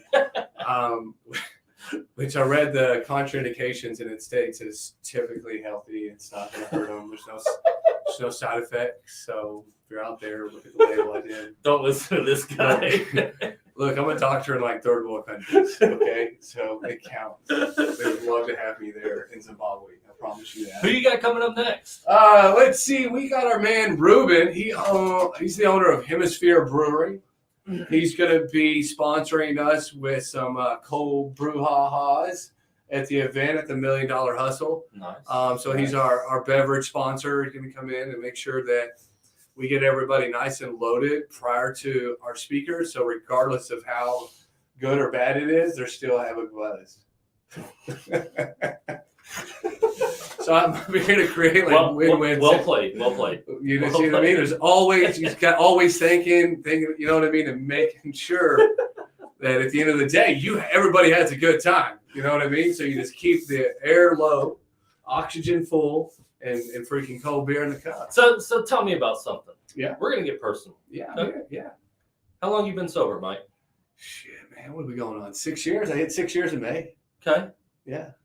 Good for you, man. 6 years. Good for you. Yeah, it's probably the... Did you have a revelation 6 years ago? And yeah, I did. I was morally bankrupt, spiritually bankrupt, and financially bankrupt. Okay. So I did. I had it was in a recovery program. They use 3 terms called jails, institutions, or death. Okay. And that's typically when somebody hits rock bottom. You know what I mean? They've experienced a near-death experience of DWIs in and out of jail, or they're trying to go through a rehab facility. Okay. You know what I mean? So Yeah. I went through 90 days intensive rehab. Never got a DWI, never went to jail. And I never had any near-death experiences. So it doesn't have to be a combination of all 3, but you're definitely going to experience one of them. Yeah. You know what I mean? And it wasn't until I became honest with the man that I saw in the mirror that I said, man, something's got to change. And I was looking for the one thing, right? But I never wanted to call it alcohol. Yeah. Right? Because alcohol was my best friend. It was there when it rained. It was there when the sun was out. It was there. You know what I mean? Yeah. And really, at the end of the day, it was just a bunch of bullshit that I was feeding myself. You know what I mean? Because I didn't want to get honest with the person that I become. Yeah. Maybe I didn't want to lose the friendships, right? Okay. Fucking Mike won't hang out with me anymore because I don't drink. You know what I mean? I didn't know Mike before. Yeah. Probably a lot of people that know me today never met the Mike that drank. Right. You know what I mean? Yeah. Not that the guy was good, bad, or indifferent. I decided to sober up. But when I sobered up, I became more intentional of the relationships that I wanted to develop. Yep. You know what I mean? it wasn't the person that I met at the bar all the time, right? It wasn't the group of friends that had the dead end job and that's who I was drinking with. It wasn't the group of friends that, hey, Mike, you got a couple extra bucks. You know what I mean? So that was the original group of people, right, that I would go to and hang out with and get drunk with or do whatever extracurricular activity that I chose to do. You know what I mean? And it was just kind of like an eye opener, right? I started seeing my wife. She's continually growing and becoming successful, right? And I just was getting left behind. You were stuck. Even though I had my own company, even though it was somewhat successful, right? And I was like, well, where's this transition? How come I'm not doing it? And so I had to get down to the core problem, which was I would rather come home or start drinking. I'd put alcohol in front of everything. You know what I mean? Yeah. But I've always wondered that about you. I mean, everybody has a story, right? yeah, my story's pretty. Yeah. It's a little bit deeper. But it's good for Facebook land to know some of this about you. Yeah, I mean, I started drinking alcohol like at the age of 14. You know, like many, you know what I mean? Many people, I didn't just have the greatest upbringing. Yeah. You know what I mean? Moved around probably 20 times just here in the Dallas Metroplex alone growing up. Lived in 22 different houses. Wow. Went to probably 10 different schools growing up. Yeah. 3 brothers. And my dad was just he was a professional drug addict and alcoholic. And it was okay. And the problem was the home life said it was okay. Okay. Right? So he really wasn't a dad. He was a friend. He was like, if I had money, he would buy beer. If I had money, he would buy whatever. You know what I'm saying? Yeah. And so he no longer had a dad role. He had a buddy role. Okay. And we became buddies. When I turned 14, my oldest brother was 16. My other one was 15. My younger was 13. We were 12. Okay. Right? So that's prime. You know what I'm saying? That's where that habit, right? Yeah. In my subconscious, it created that this was okay. And I knew all along that it wasn't because I go to friends' houses and it wasn't like that. You know what I'm saying? Yeah. Like I go to a friend, like my aunt and uncle's house. I go to their house and their children were our age. They weren't drinking. They weren't skipping school. They weren't, you know what I mean? They weren't doing all this other shit.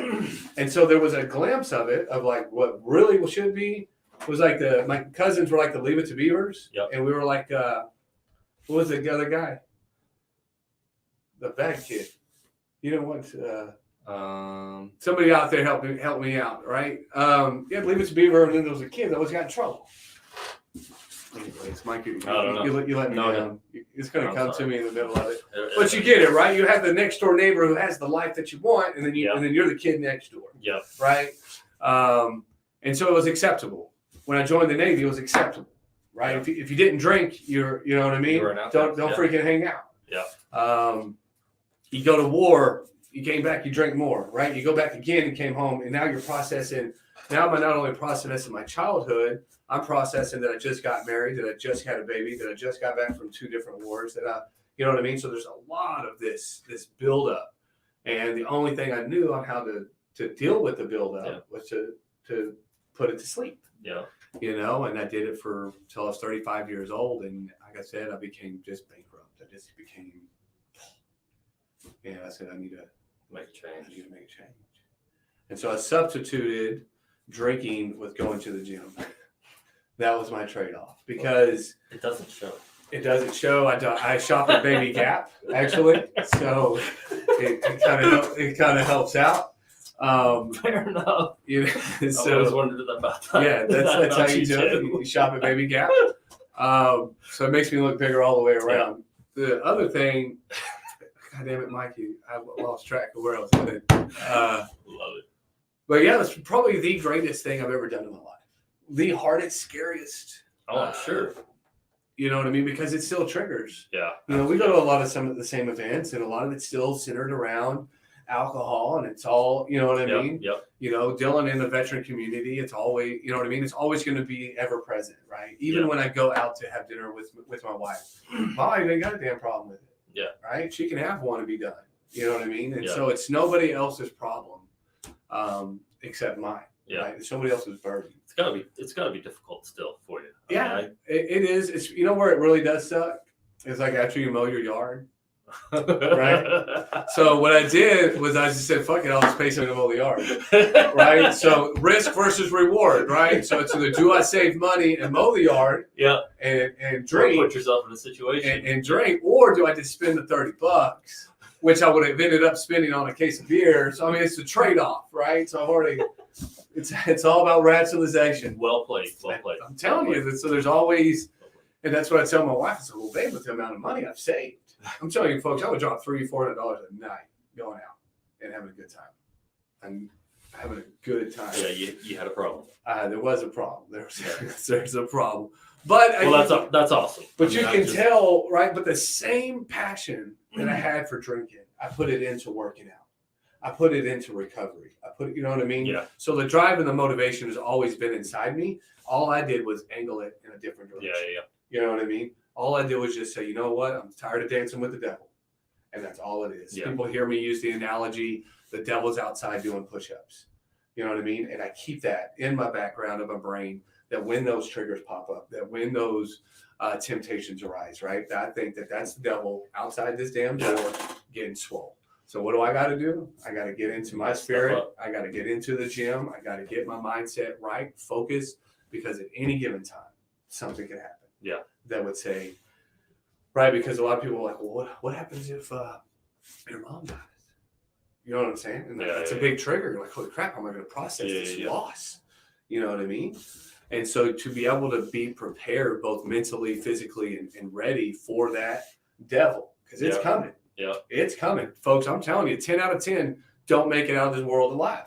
Like, it's facts. It's statistically data. It's going to catch up. It's going to happen. It's, right? They say you don't know the time or the place. Right? And it did. I mean, I have my great uncle I was talking about passed away 54 years of age. You know what I mean? So you just don't know where or when that is. I was just telling him the idea behind the devil's outside doing push-ups. Oh man, Right? The analogy that my brain kind of came up He hit with. us with that a while back, and I'm like, I got a perfect idea. So we got some Got some swag. got some swag made up. man. Swag. Yeah. So we got a little bit of feedback. I wanted to just come in and share you guys real quick. That some guys are, there's some comments, people asking who you are, and that's exactly why you're here. You know what I mean? This whole thing is just for you guys and the investment you made in the Patriot Business Alliance. So I hope that people find you, people know about you. Yeah. And we have your back. We always have. I appreciate that. So whatever we can do, It means a man, lot like to me. you're a part of the family. Like you're Yeah. getting in on ground zero with us. I just wanted to come in and just say, hey, thank you from all of us here. And Yeah, we greatly appreciate whatever we can do for you, brother. That's why we are who we are. That's what we do. it. Yeah, you didn't know. I took him up. My cousins are going to South Africa through him. Oh man. Yeah. I need to set my damn vacation game up. I tell you what, dude.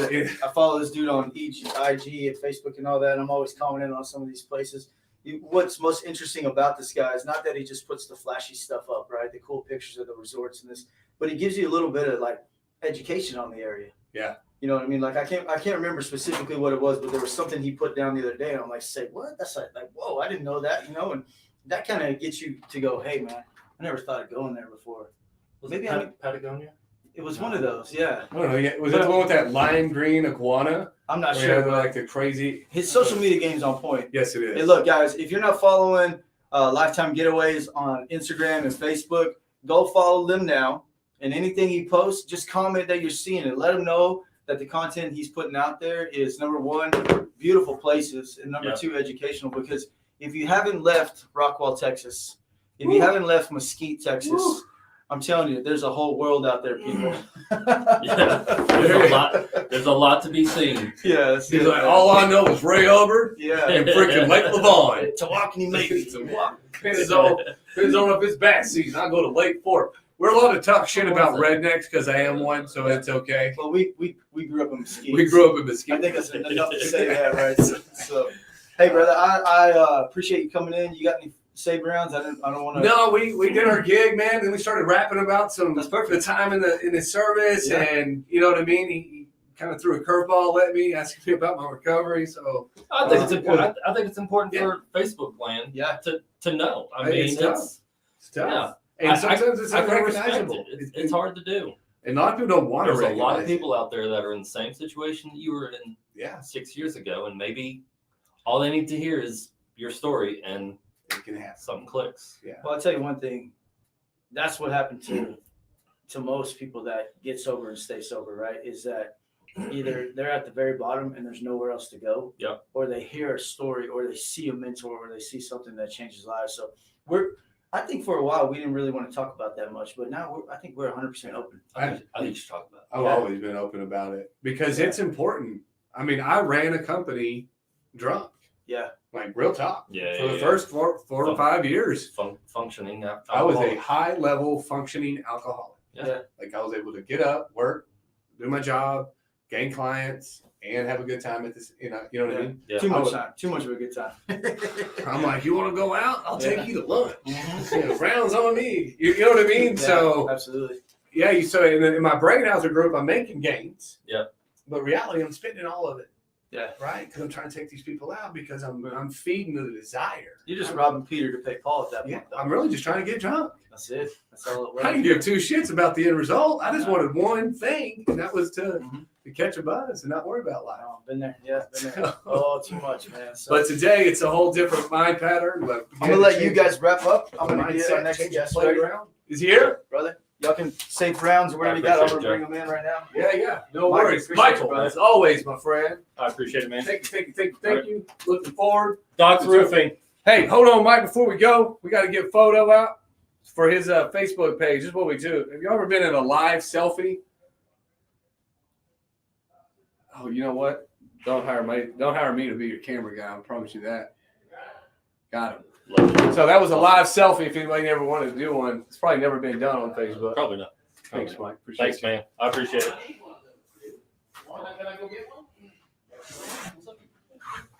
Hey, What is up? Holy! This is my man, KC Raw Dog Ashmore. Happy anniversary. Happy anniversary to you as well. 26 years. Yes. I thought we were talking about the amount of time we've been doing this. No, that too. That too. Oh, Yeah. goodness. And Ruben, what's up, baby? Come on in. How are you? How you doing? Welcome to the war Come room. in, man. Good. We got Ruben here, Hemisphere Brewing. We got KC with Ashmore and Ashmore. What is Oh, up? have a seat right here. So here we're going to talk about one of our favorite.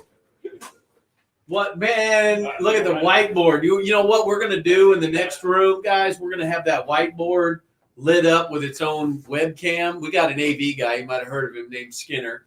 He's going to help. There he is. There he is. Kind of like Animal from the Muppets, you know, with the drums. But, you know, yeah, that's literally him. Anyway, what is the new quote? What does it say? You can't read it? No, man, that's the far. I'm against all that book learning. Yeah, we're gonna keep that in. We'll touch base on this one. This is a non-Keith Barrett approved quote. That's right. The quote we got to remember is "Devil is outside doing push-ups." You got that right. Right. So the whole point of the $1 million hustle is to, you know, how do you handle that? And Ruben has and if y'all don't know who this guy is, man, he is a beer craftsman, and he committed to Rockwall. How many years ago was that now? 2014. 24. Yeah, I was going to say it was 6-7 years. Yeah. Maybe, you know, a little getting into. So right here, just a block off of 30, right across from the space where the hustle is happening, where you can find Rannigan and Northcutt's business operation. So Ruben's literally across the parking lot, has been a supporter of everything we've ever done. Our backpack drives, Lone Star Casa, everything we've supported, he has gone all in, all the way. Something that's great about hanging out with Ruben is they make beer. Like, come on. They make great beer. And, you know, so if you don't know about Hemisphere Brewing, they Rockwall's first brewery.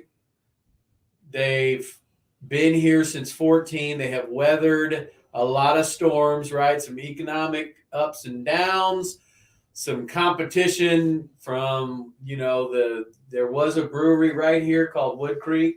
Yes. Right. So we loved Wood Creek. We loved that group. You know, they were friendly. They were collaborators. They talked about beer recipes. and unfortunately Wood Creek made a move to take their business into fate or whatever, and it didn't work out. But Hemisphere is still here. So let's talk a little bit about, let's talk about Hemisphere a little bit. I mean, besides the beer tastes great. Y'all know the beer does taste great, right? It's the passion and the drive in the glass, man, in every pour. Yeah. And that's what, is Hemisphere. We drive ourselels to in our standards. We set our standards very high for ourselves and our product. And that's everything that we do. That, we're human, but we strive for perfection, and we won't put out anything that's less than that. Yeah. Right. And, we're very innovative, pushing the envelope. We do all kinds of different beers, and, we like to collaborate with people, and especially the community. Because of the community, that's what's driven us to be and still be around. Right. Along with not just making the craft beer, but you got to have people who drink the craft beer. Right. They love it and support it. Right. And it's Rockwall being, the community that it is. If they have one of their own and they embrace it, they love it, they'll push it, they'll boost you. Yeah, that's right. And Rockwall is a wonderful community, this whole North Texas area, because they really do embrace, local business, unlike any place I've ever lived. Yes, right. Sure. I mean, unlike any place I've ever lived, I've never seen this kind of mutual love, collaboration, whatever. So let's talk. We got some bullet points up here, and I'll get, the other two knuckleheads will yell at me if we don't follow them. So what separates you? Should we just say what separates you from other brewmasters? Because, you guys, competition, I don't believe in competition. I don't think you have competition with anybody but you yesterday. So, but what separates you from other brewmasters? Let's talk about that. I push myself to be a better brewer every day. I compete against myself every day. Like, what am I going to do different? And, and I listen, and I like to research, and I have to watch what's going on. But it's like, man, do I really want to follow what's going on, or do I want to lead the way? Do I be myself? When I choose to be myself, and that's how I've been successful with Hemisphere, to keep on pushing and just drive my passion and what drives me and what inspires me. And it's my staff, my customers, and, just my passion for the craft. Awesome. I love thinking outside the box. I love coming up with new stuff. Yeah, sometimes I fall and I find myself in a rut where I'm stuck. But it's like, okay, stop, refocus. What's the next step? What do you have to do to make yourself better? What did you do wrong? Where did you veer off? And then just keep on driving. It's like, okay, you have to stop, regroup, think, and then the juice will start flowing. Yeah. You got to look within yourself. Let me ask you, because I think I saw this on Dirty Jobs. The oldest beer recipe found, it may not be the oldest one we ever find, is more than 3,000 years old, from Egypt, right? Yes. Okay, so what is the craziest, wildest thing you've ever tried to make? Yeah, like, did you try to make the Egyptian beer? Well, everybody does IPAs. They're just like, that's. You gotta have one. Yeah, everybody has one. So tonight, for the Breakfast Club, I'm releasing I put 10 pounds of hops in just a 70-pound batch, and just all kinds of plethora of just crazy, what the hops does preserves the beer. But Right. It makes it bitter. And I didn't want to do a hazy like everybody does. And I don't mean to veer off. No, let's talk about it. You asked. We're talking about beer, y'all. This is beer talk. This is beer talk on the $1 Million Hustle prelude, but we got. I guess it's important, because hops and that bitterness is what preserved beer from England to India, and from India to Australia, because think about what Corona tastes like when it gets hot, y'all. Right, you got to do something to keep it from getting skunky. So there ain't enough limes with all the UV rays between India and Australia, right? Exactly. So you got to make a real hoppy beer to keep the flavor preserved and what have you. Exactly. Right. So you got something awesome cooking over there. Yep. So we're gonna release it tonight for the breakfast. Tonight, get up there tonight. What's the Breakfast Club? The Breakfast Club. It's a. This is how So I didn't want to confuse our regulars to I have like the craft beer nerds that are really enthusiasts and love craft beer. Nerd alert. Yes. Hashtag nerd alert. Nerd Listen alert. up. Evan. Yeah, we're talking about you. Josh. Those are my neighbors. Oh, your neighbors? Yeah. Yeah, so what we do is like I brew a new beer every month for the Breakfast Club. And it's just these members that buy into the club that every month there's a new beer. And it's just a new beer depending on what I'm feeling or what I'm, I have over 200 recipes that I can't like put out there, but yet I get to experiment them with my fellow members, from the Breakfast Oh, Club. because they're They're gonna enthusiasts. And they'll give me my critique. They'll give me their critique. They'll tell me like, this is they're too sweet, or it's got Yes. too much chocolate, or Exactly, and that's where I get to experiment. We brewed some like stouts with Twinkies or like Hostess Dude, cupcakes. Lewis, are you listening up? A Twinkie stout, baby. I'm gonna get you a bottle. exactly. Like the Hostess Twinkies, and Lewis, I'm calling you out. We're gonna get you one.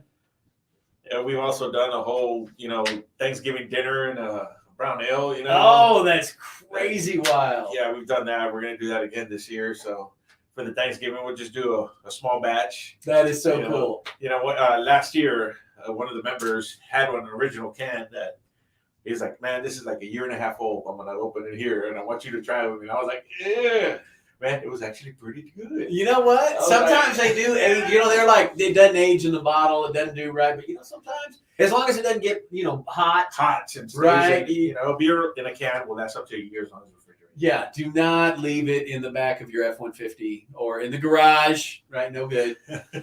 So we're talking about Breakfast Club. They sound like ideal clients. Is that your ideal client, or is there a different? No, that's pretty much like that's how I get to experiment and be creative with them.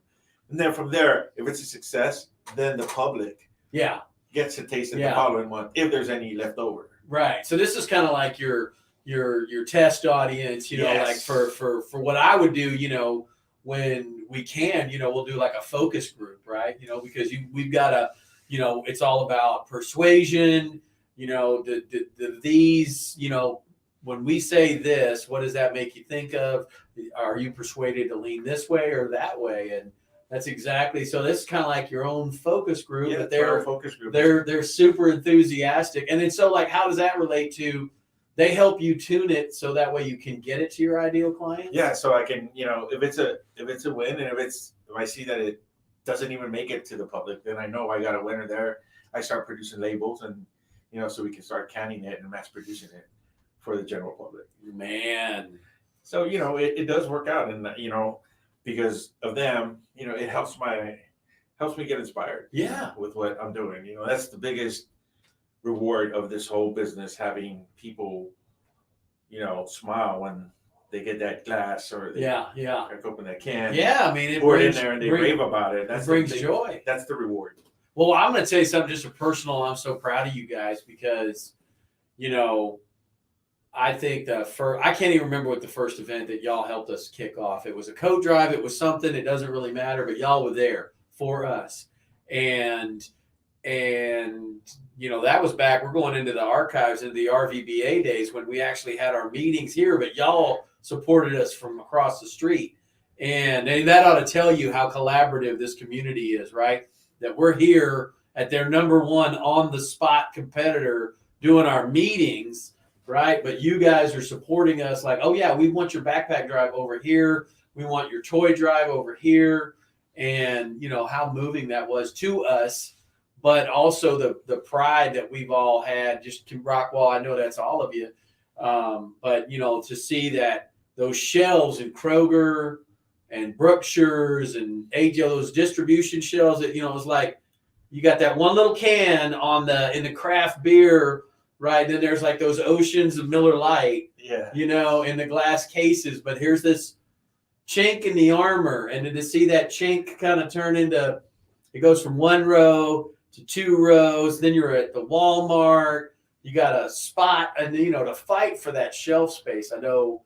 So what's that like? I mean, Man, it's a challenge. Yeah. It's a different level now. It's like you're not just competing with, or trying to get yourself into a little store or, on Pop Shop. KC's gas station, right? Yeah. And, Now you're you go in there, you see all these distributors, and we're self-distribution. We have no distributors right now at the moment. We're self-distribution. We make our beers and we distribute our product. So, I mean, here I am at 5 a.m, getting ready, and I'm fighting with the big beer distributors. They get all the perks. Here I am, I'm the little guy. I'm the new kid on the block. Now I'm getting into a different realm, and it's like, okay, I gotta show face and I gotta play with the big boys. Yeah. And just like in festivals, at beer festivals, they said the big beer guys over here and the little microbreweries on this side. Right. So, you guys are. Yes, exactly. And and it's a learning phase that we're going through, and I get it, but I love the challenge. I don't step away from that, and we just keep on being strong and just doing what we do best. Yeah, that's great. Okay, so last of our canned questions. Other than the services, you provide great beer. Other than that, and the love of the beer. So, what other value does Hemisphere bring to our community?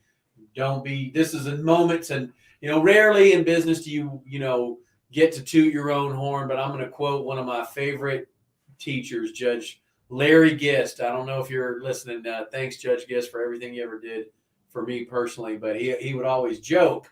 He's like, when you have these moments, to toot your own horn, just remember, he who tooteth not his own horn tooteth not. So toot the horn, man. Let's talk about the value that Hemisphere brings to our community. Man, it's about bringing people together. Just the vibe and that we've done. And, there's a lot for everybody here. There's enough room for a lot of businesses, and there's going to be other breweries coming in, and we embrace them because, we had to pave the way for all of them. Really did. I mean, city council didn't want you here. Yes, exactly. And they're like, oh man, it's too close to scoreboards. They're going to leave scoreboards and go to Hemisphere. I mean, you remember I don't know if they said it exactly like that, but everybody was thinking it out loud. Yeah, we wanted to come into downtown. They told us we couldn't. Right. And I said, we have to follow the law. We don't want you downtown. So you have to be south of 30 where, the TABC regulation, that's what it calls for. So here we're like, wow, we wanted to be in Rockwall. We're like, we'll make it work. We'll start there and then we'll work our way north. Well, it's all right. We're still here. Our plans are still there, and we just keep on growing the business where we're at. Yeah. I mean, it's just supporting community, being in festivals, and just embracing Rockwall. Like a lot of helping other small businesses, when they need help, we're there for them too, like they've been there for us. We just pass it on to others. Yeah. That's what it's really all about. Right? Yeah. I mean, that's that paying it forward. Exactly. That's what Hemisphere is. And we're very grateful people. We don't, we like to help others because we've been blessed in so many ways that, just got to pass it on. Man, thanks. Thank you. Thank you for everything you've done for everything, me, Jeff, everyone, Rannigan, every one of our harebrained schemes, every one of our fundraisers. There's never been a moment where you guys have been like, oh no, we're not doing that one this year. Right. I mean, thank you guys. Have always provided a space where we can do something to benefit others for free. Right. All they ask is, take care of the wait staff if they wait on you. That's it. That's the only ask, right? And coat drives, toy drives, you name it, sitting around on a hot summer day, doing something just to better this community. They've always, day in and day out, round after round, Hemisphere's been there, and they're going to be there. So thank you guys. Make sure you stop by and try the IPA if it makes it past the Breakfast Club. We called it the juice. So it's, So we'll see what the club thinks about the juice. If it's on the taps next week, we'll know it's a keeper. Exactly. And if not, you might just want to get a growler of it before it's gone or something. So, brother, thank you. Thank you, man. Man, thanks so much. And we'll see you on August 14th. We're going to have some surprises. We got the 3 speakers. Everybody knows who they are. Mike Bassick, Thomas Keenan. If you have not bought or listened to his book, Unblank Your Business, we don't need to say the word. We're all big people. We know that 4-letter word. Some of us, especially me, better than others. And Floyd McClendon will be here. We're going to have some surprises. It's going to be a fantastic event. Get your tickets. We're down to, I think, the last 6. So get them before they're gone. Thank you, brother. Thank you, bro. All right, man. We'll see you on Saturday the 14th, if not sooner. Might see you tonight. All right, then. Well, come on. All right, Chuck. Jeff, get him in here.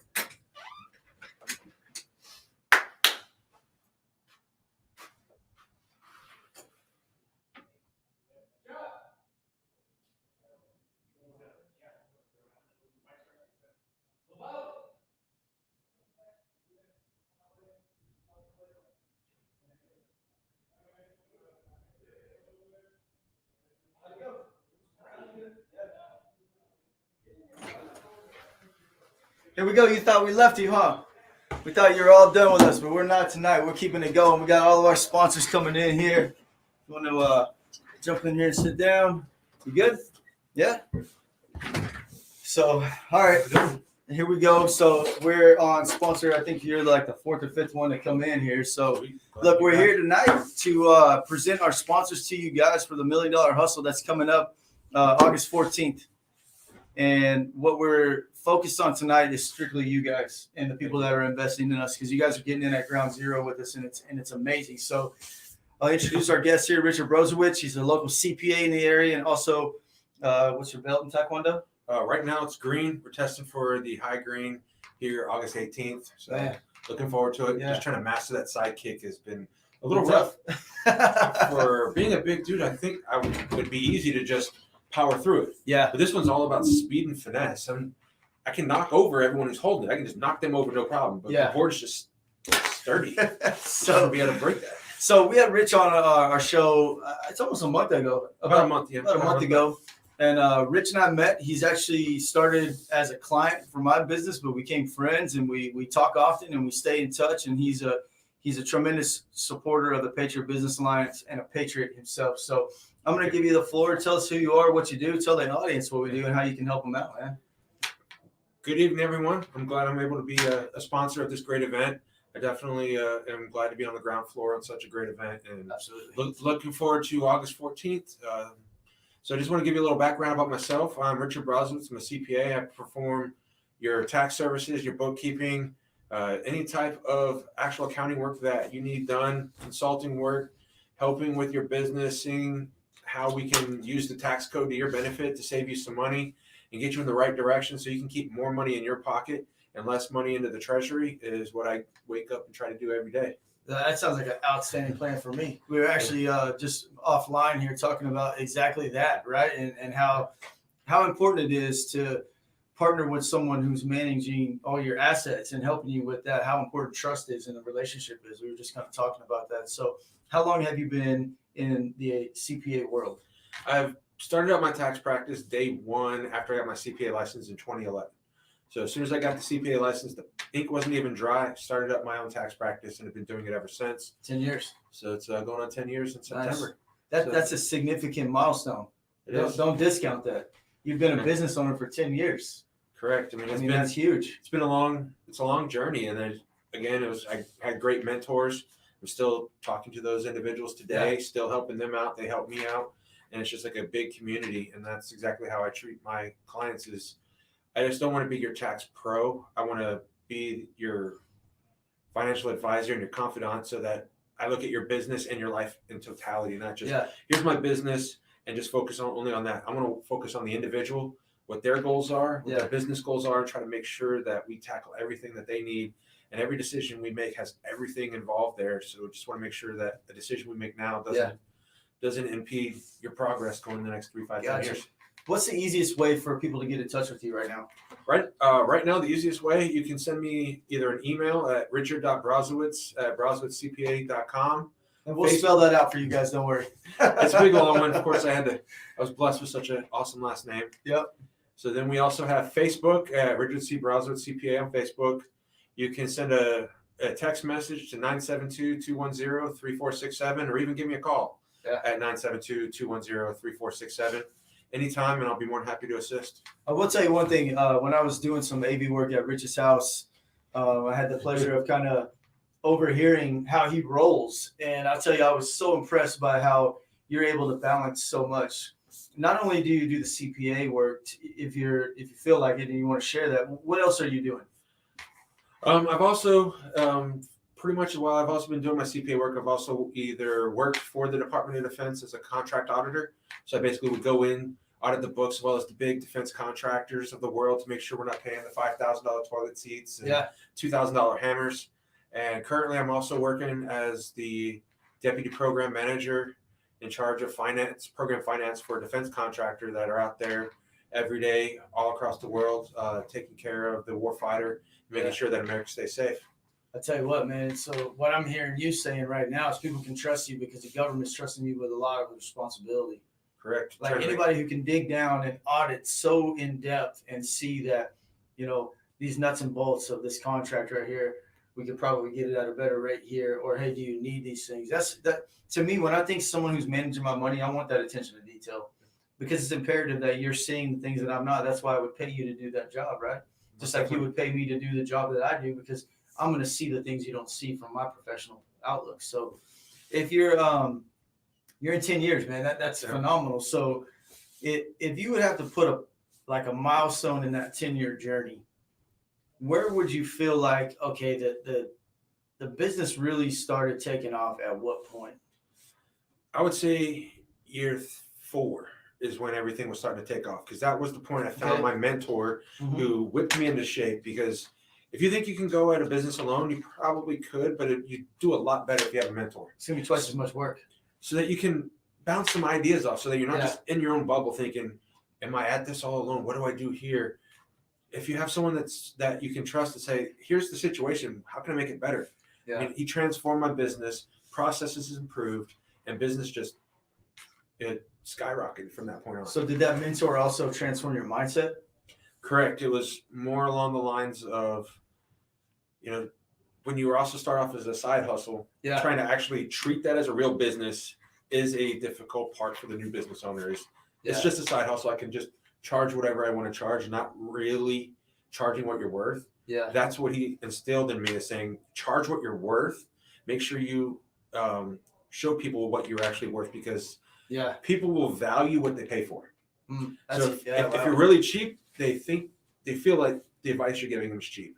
But if they're like, "Oh man, I'm going to a guy and he's going to sit down and take care of me," and I pay for it, but I always make sure that, he's always thorough, make sure I get everything that I need. Yeah, it's a lot better than, "Oh, here's $25," and then you end up with work. I'm pretty sure you've seen those other AV guys that come in that do it for the cheapest one, and then you have to come back in and try to redo their work. All too often, brother. Yeah, man.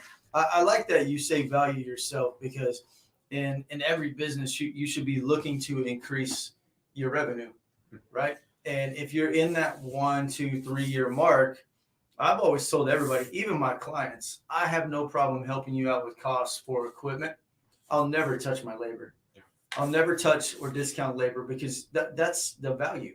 That's 20 years of experience. That's 10 years, 12 years of experience that you're giving someone. I love that. So if you're in business right now and you're questioning, am I charging enough? You're probably not. I'll just tell you that. If you don't have at least 10% of your clientele complaining about your prices, then you're definitely too low. Yeah. So there's at least that 10% that you should be hearing saying, "Man, you're a little high." Yeah. That's when you know, okay, I'm right about where you need to be. Where I need to be. Mm-hmm. And you always need to make sure that you're putting your labor in there. What they're paying for is your knowledge, not the fact that it took you 10 minutes to go put a TV up. It's the fact that you know how to put up a TV in 10 minutes. Exactly. That's what they're paying for, is your knowledge, not really per se the time that, you did it quick because you've been doing it for 20 years. Yeah. Versus, someone who just did it for 5 years, it may take them longer. The other point I want to drive that you mentioned too right now was not just to charge for your value, but to show your value. Yeah. That to me is important, because you want to over deliver. We were just working on the system design today, and we're going to do a house over in, it's kind of like Highland Park area. And the client's expectations is he's going to get this. But today, while we were prepping the system, we were able to say, you know what? We can actually add all of these features to the system, and it's not going to cost me more time, more product, more nothing. It's the way we're going to program and design the system. And now that client's going to get something totally different than he expected for the same price and the same budget. You can't tell me he's not going to be stoked. Oh yeah, he's gonna be pumped. He's gonna get way more value than he had originally gone in. He was just thinking he was getting this. He might have even been thinking in his head, "I wish I could get this." And then you go and deliver that. Mm-hmm. And then what happens there? Then they start telling their friends, "Dude, this guy came through. He was under budget, on budget, whatever you want to call it. and I got all this too that I wasn't expecting. That to me, in the business of 1, 2, 3 years where you're growing, that's where you want to make your money, folks. Would you agree? I Over totally agree. delivering, right? Correct, because the people, your repeating customers are valuing the relationship that you're building. Yeah. So if you build that relationship, show your value, saying, here's what I can do for you. And any time that you need my help, give me a call. I will help you out. Make sure that you get to where you need to be and build that relationship. That's how you keep the customers coming back instead of just being that transactional guy that, okay, I'll come and do this for you. And then after that, you're just a number. I'd rather have you be a face. And you do have those, right, in business. You have, I would say my business right now is about a 90-10 split. 90% is all relationship based. Know each other, know the family, we're great friends, etc. And then I have 10% that are transactional. Hey, can you come do this? I don't need anything else. Just come do this. Sure, we call those cash flow jobs. You know what I mean? So let me ask you a question. 10 years in the industry, your mark is 4 years where you felt like, hey, the ball started really rolling in your favor. With where you're at today, what do you feel like separates you from your competition in the certified professional accounting world? That's the acronym, right? It's certified public accountant. Okay, public accountant. So the one of the other parts I've seen it from my financial advisor friends and things like that is I have a personality versus just your normal book nerds like your Ben Steins of the world that come off very dry. That's what they say is all of the accountants are just dry. They're monotone. No, I'm actually have a personality. You have a conversation with you. I'll have a conversation. I'll joke with you. Mm-hmm. We can shoot the breeze every once in a while and just talk about life. Yeah. And I'm also looking for the relationship more than just the business. So I'm not just, I want to grow with you. Mm-hmm. I don't want there to just to be, you come in and I'll see you next April. I want to know about your kids' birthdays. I want to know what they're doing and what they're having fun with, to get to know you as a person, as a family. Those milestones are important. They are, especially whenever your tax pro comes in and says, oh, did so-and-so, I heard they did great on that last test. And, I heard that they're getting honors this year. That's such an awesome job. Yeah. And things like that just blow them away versus, oh, you're actually John. That's who you are. I didn't know who you were until I saw your paperwork. No, I want to make sure that I build those relationships and can actually look at your life as a whole and not just your business. Yeah, that's huge, man. And I remember going back to what you said a little while ago, and you even said this too when you were live with us a few weeks ago or a month ago, whatever, was that young business owners, they don't make I like to call it the Grand Canyon between my personal life and my business life. And that can really have an adverse effect down the line if your business starts growing and then you go back and look at your books and it's like, this is all mixed up. You've been spending all this money over here and all, like, what's the separating factor? So what is your ideal client that you could help right now? Right now, I mean, I think it's those business owners that are from the 0 to year 4 that are just trying to figure out, how do I get to the next level? How can I make mine the $1 million hustle? Is by getting your book set up right, making sure that you have the foundation fixed and ready to go, because then you can build a house. I've been seeing many clients that have come in and their books are in shambles, the foundation's terrible, and it spends years trying to unravel that. Wow. I'd rather get in on the early and show you, here's how you're supposed to do everything. Here's how you get set up, and get my team involved and say, here's my team is going to help you on the totality of your business. You just come to me. I'll quarterback everything. Yep. You have any questions about anything, I'll make sure either I'll handle it or I have the person that will handle it. And I'll quarterback everything and get you ready to go. Yeah, I love that. If I don't know the answer, I'll find the answer. A lot of people are scared. I had a situation today, asked a question, and we just got like the deer in the headlights. And I had to reiterate, it's okay to say I don't know. It's okay to tell your clients I don't know. But don't just leave it there though. Like, say I don't know, but let me find somebody who does, or let me find that answer. Don't leave it with a I don't know, because I would bet 9 times out of 10 they're probably gonna go, well, I'm probably gonna go with someone else then. Right? You got to leave them understanding that you're still learning and growing as well, because it puts a personality to your business. And that's one thing that you and I clipped, was because at first it was a transactional relationship, but then we started talking and we started getting to know each other, and that's our relationship that comes in. So I like that you're separating yourself with relationships, because we beat on that all the time. Like, you hear us talking about that all the time. Don't chase the dollar, chase the relationship, because that's longevity, right? People, if you're in that 1 to 4 years, you don't know if your books are straight. You don't know if they're up, down, left, or right. Rich is your man, right? Give him a call. We'll put all of his contact information out there. It's actually all over all of our social media stuff right now. The $1 Million Hustle link, the social media posts, everything that's going on has all of our sponsors. So that has your email, that has your phone number and everything. So if you're in that position right now, reach out to them. Let them do an audit. Like just let them look through your system and see, okay, am I good? Or maybe you're going to come back and say, no, bro, you're way off, but here's how we can get you back on track, right? Yep. Yeah. I've done that several times already for a couple of clients already. It's just take their books, and they were just using spreadsheets. Yeah. Trying to figure out what was up, what was down, and said, we probably should get you in some kind of accounting software so that you can kind of see easily what do I owe, what are my assets, what is my business actually worth? Because in the end, if you're even looking at the grand scheme of things, 10, 15 years down the road is, can I sell my business and make a profit? Yeah. Well, if you don't have those books in order, it's going to be difficult to sell. Yeah, man. I heard something about a month ago, and I was doing, some business coaching. I'm in a program that I'm getting coached. Let's just put it to you that way, right? I got mentors. I'm getting coached. I want to be a better business owner. And if you don't have your books in order, you don't have a client database that you can transfer to someone, your business, I don't care how successful you are, is worth $0. So if you need that kind of help, our man Rich here can help you out. So as far as the business goes, I think you're right where you need to be with the Patriot Business Alliance, because there's a lot of folks out there right now that are in that market. Hell, I'm in that market. I'm in the 4-year mark, right? We're already talking on the side about some other things as well, but let's talk about you, like who you are. Where are you from? I was born in Ohio at Wright Pat Air Force Base. My dad was a retired Air Force. Yeah. He did 20 years, and then when he retired, we moved down to Florida. Spent 17 years in the Daytona Beach area. That's a whole different world, huh? From Ohio to Florida. Yeah, that's going from snow 6 months out of the year to beach weather every day, rain every day. Spent 17 years there. Met my wife on the school bus in 9th grade. No kidding. Wow. She was in 9th grade. I was in 10th grade, right at the high school bus. Mm-hmm.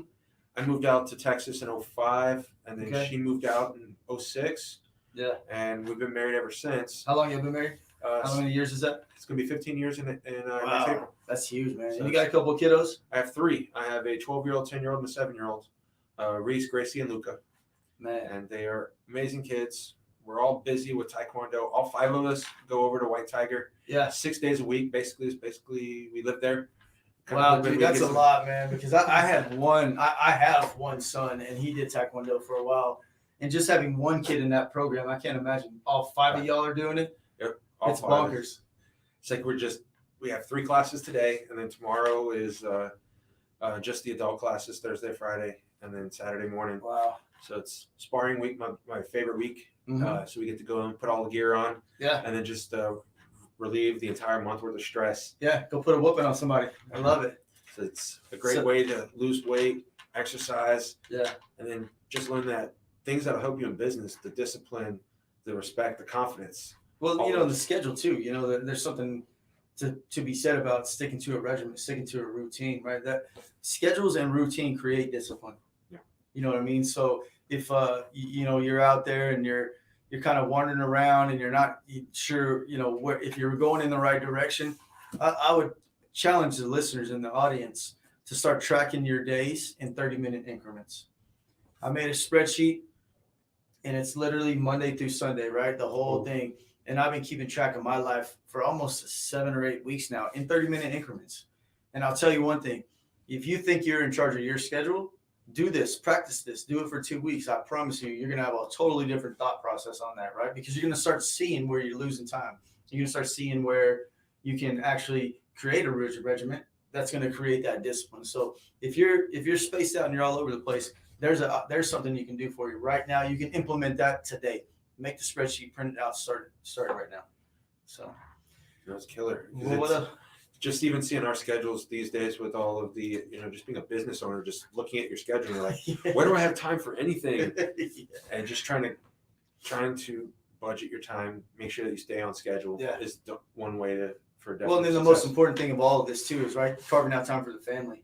Because that's why we really do all this, right? To build a legacy. But while you're hustling and bustling, you can't forget that you got a wife and you got kids and you got, friends you need to spend time with. So you got to keep that in there. But if you're to the point where you're so crazy, like you're saying, and your schedule's so compact, schedule those times. I know it sounds weird to schedule time with your family, but if you're that busy, schedule that time.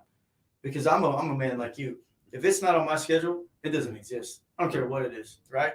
I look at my schedule every morning, 24 times a day, whatever it may be, and I have about 6 or 7 different colors in my Google Calendar. Nice. You know, it's like business work, community work, social media stuff, whatever it is, but at least I have it there.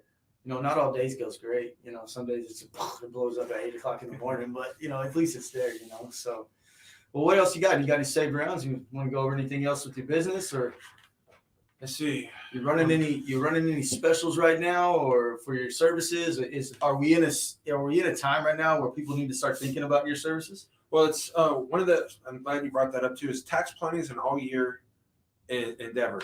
Mhm. If we start planning this right about now is when you need to be getting in on your tax plan, because it gives you about 5-6 months left in the rest of the year. So if we develop a plan, you have time to execute. If you just come to me in November and say, I paid a lot of tax in October and I have no idea how to avoid it, I'm like, well, we have less than 6 weeks left for the rest of the year for you to get something done. It should have came back in July.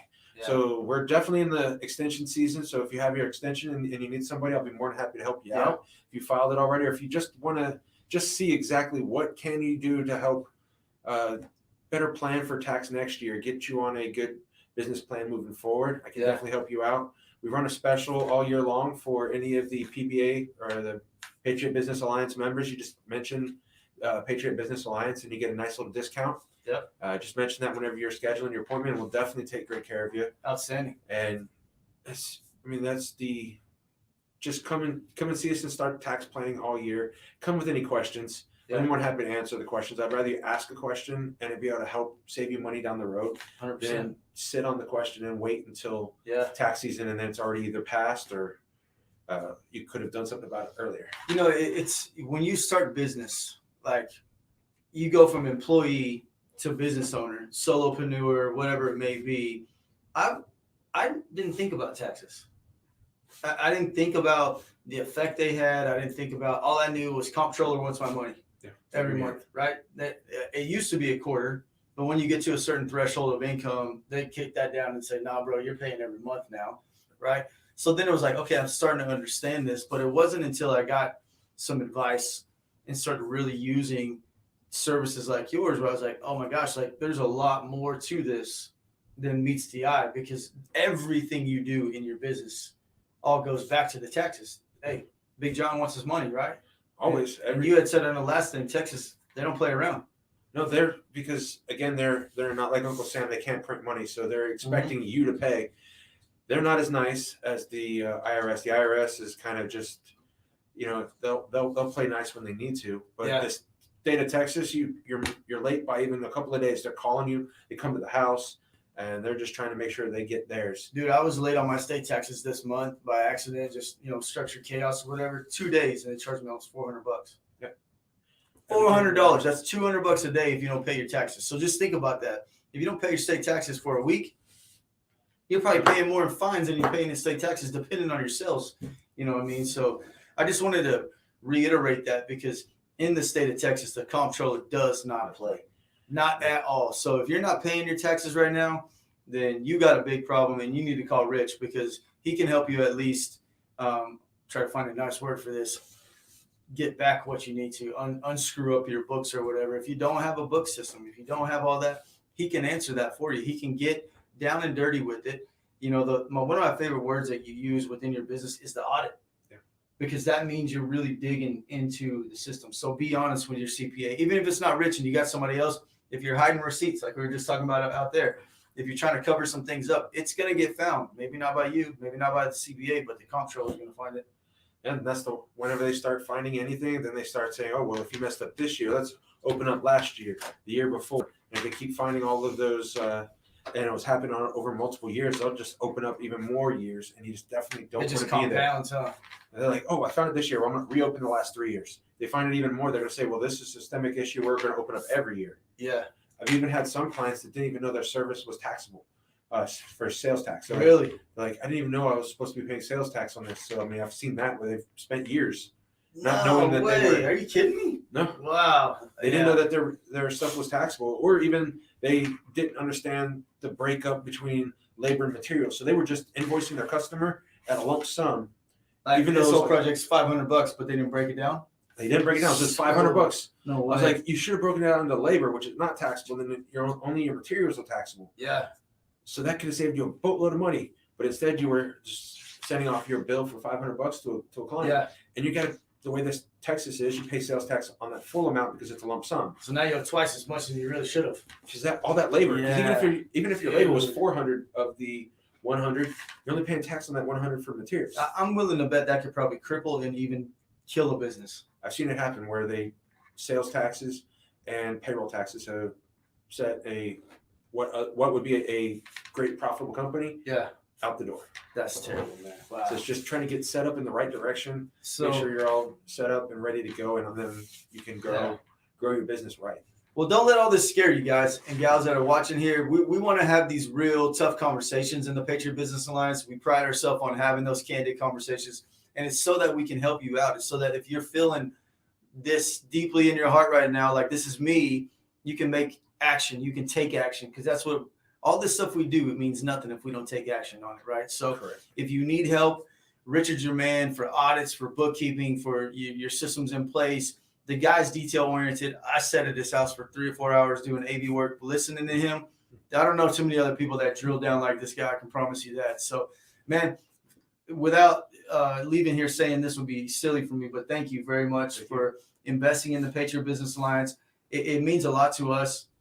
And I'll speak for the guys too, that you're in ground level, right? When you came in a month ago, we knew there was a connection there. We knew that we could provide value to you, and you could provide value to the listeners in the audience that's here.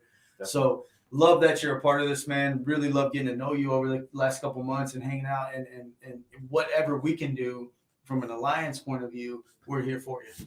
Likewise, I'm here to support the Alliance. I believe in you guys. I know you guys are here helping other business owners and helping everyone in the Alliance.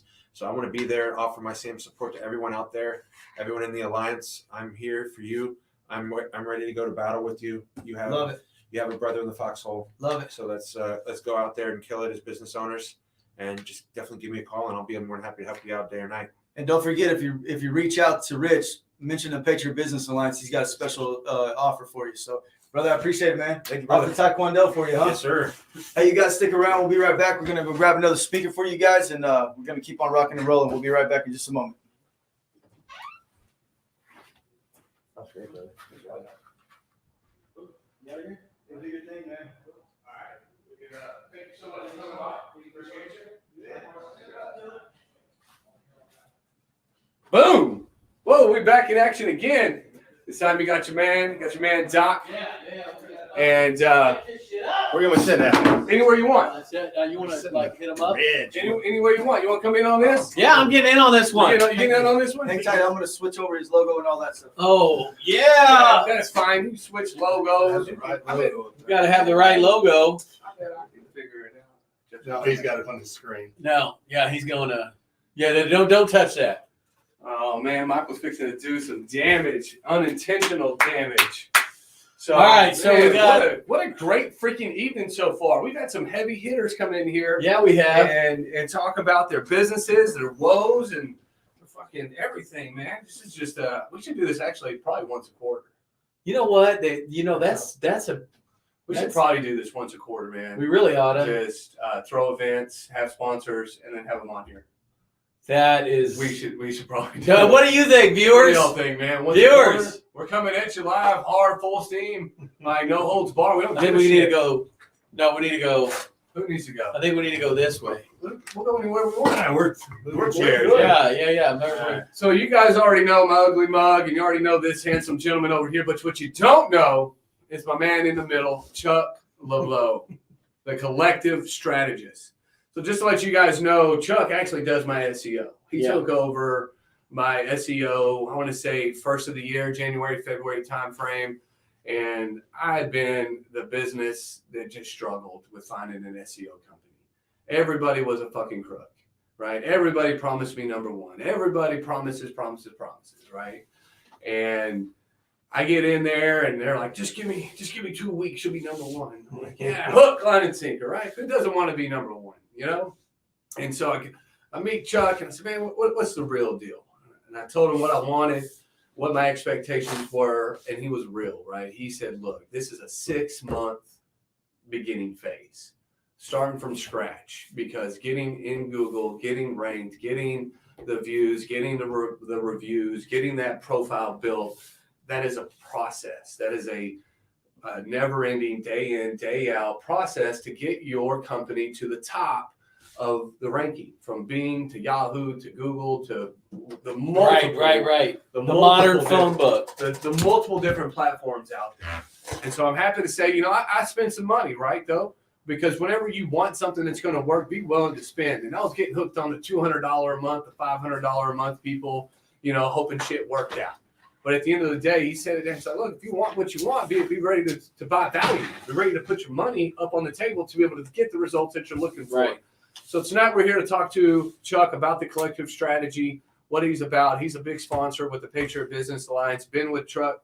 We've all known Chuck several. He's important. Look, he's getting the VIP. Yeah, right man. now. Either that or I'm getting ganged up on. I'm starting to get a little scared here. So All these beards in the room. It's like a shower at the jail. He's got the shower shoes. Yeah, Got Yeah. my flip-flops on. So what we want to do, Chuck, is we want to take a moment, let you introduce yourself to our viewers, and we're going to hit you with a couple of questions, and you'll start to feel the flow and the synergy here, and we're just going to have a real good time. So without any further ado, Chuck, let us have it. Who are you? What you're about? Oh, man. When people ask who I am, I don't talk about my business, right? Because there's much more important things than business. There's, family, and that's what I'm really all about. So, married, got 5 kids, 3 grandkids, right? My youngest kid is 5 years old. He keeps me pretty busy, but, I've got my wife is just, she saved my life, right? So she's just a blessing to me, and all my children are too. But anyway, so I own a company called The Collective Strategy, and as Jeff says, it's like, hey, Chuck, what business are you in? And so I have to explain to him, it's like, listen, business, it's not a new business, but they're different brands, right? So you got to throw things out there. So for SEO, you don't want to try to optimize for like everything, but if you do marketing, you do advertising, you do SEO, you do videos, you do technology, all of these things, we took the path on creating different entities for each one of those. So someone wants marketing. I don't want to read shit about SEO. Can I say shit? Mm-hmm. Okay, all right, just making sure. You already said it twice, killer. Yeah, so we're past asking for permission. Okay, all right, We're at the and we're forgiveness live, stage. right? So we can't edit. You can't beat me. No, You it's beat me. there have been some viewers who have suggested that if we want a bigger reach, we need to be less like Gary V. So we're trying to refrain from talking like we may have talked in the military. Yeah, well, I'll stay away from the F bombs, the C bombs, the GDs. Yeah. Oh, here comes I one. don't say that anyway. So, but anyway, so what I'm focusing on now is the collective strategy. And can I tell you what got me to this point? Yeah, Yeah. The floor is yours, brother. So listen, man. So I have the local PR. Wait. No, tell us what got you to this point, Chuck. Awesome. So Casey, let me explain to you what got me to this point. So I own the local PR firm since 2006. Been Right. since I mean, 2006. been hustling that Yeah, for yeah. 16. That's a lot of 2006, math. yeah. Let him go for it. Yeah. I think he's got a story. Yeah, so basically what happened when and things are going good, we're making good money. We had real highs. And then, at one point I decided, hey, I'm going to kind of, scale down the business because it got a little big for me. And I came from corporate America and I didn't want that anymore, right? I want to spend time with my family. Yeah. I don't work all the damn time, all the darn time. So anyway, All right, Cleaver. So anyway, so what happened is COVID hit, right? And I mean, so I tell people COVID almost killed me. They go, "Oh man, did you have it?" And I said, "No, I didn't get it. Business got it. But my business got the COVID." Yeah. Right? Because my customers got the business that COVID. contraction, yeah. And I lost 90% of my business. And I was one day I was looking, big time.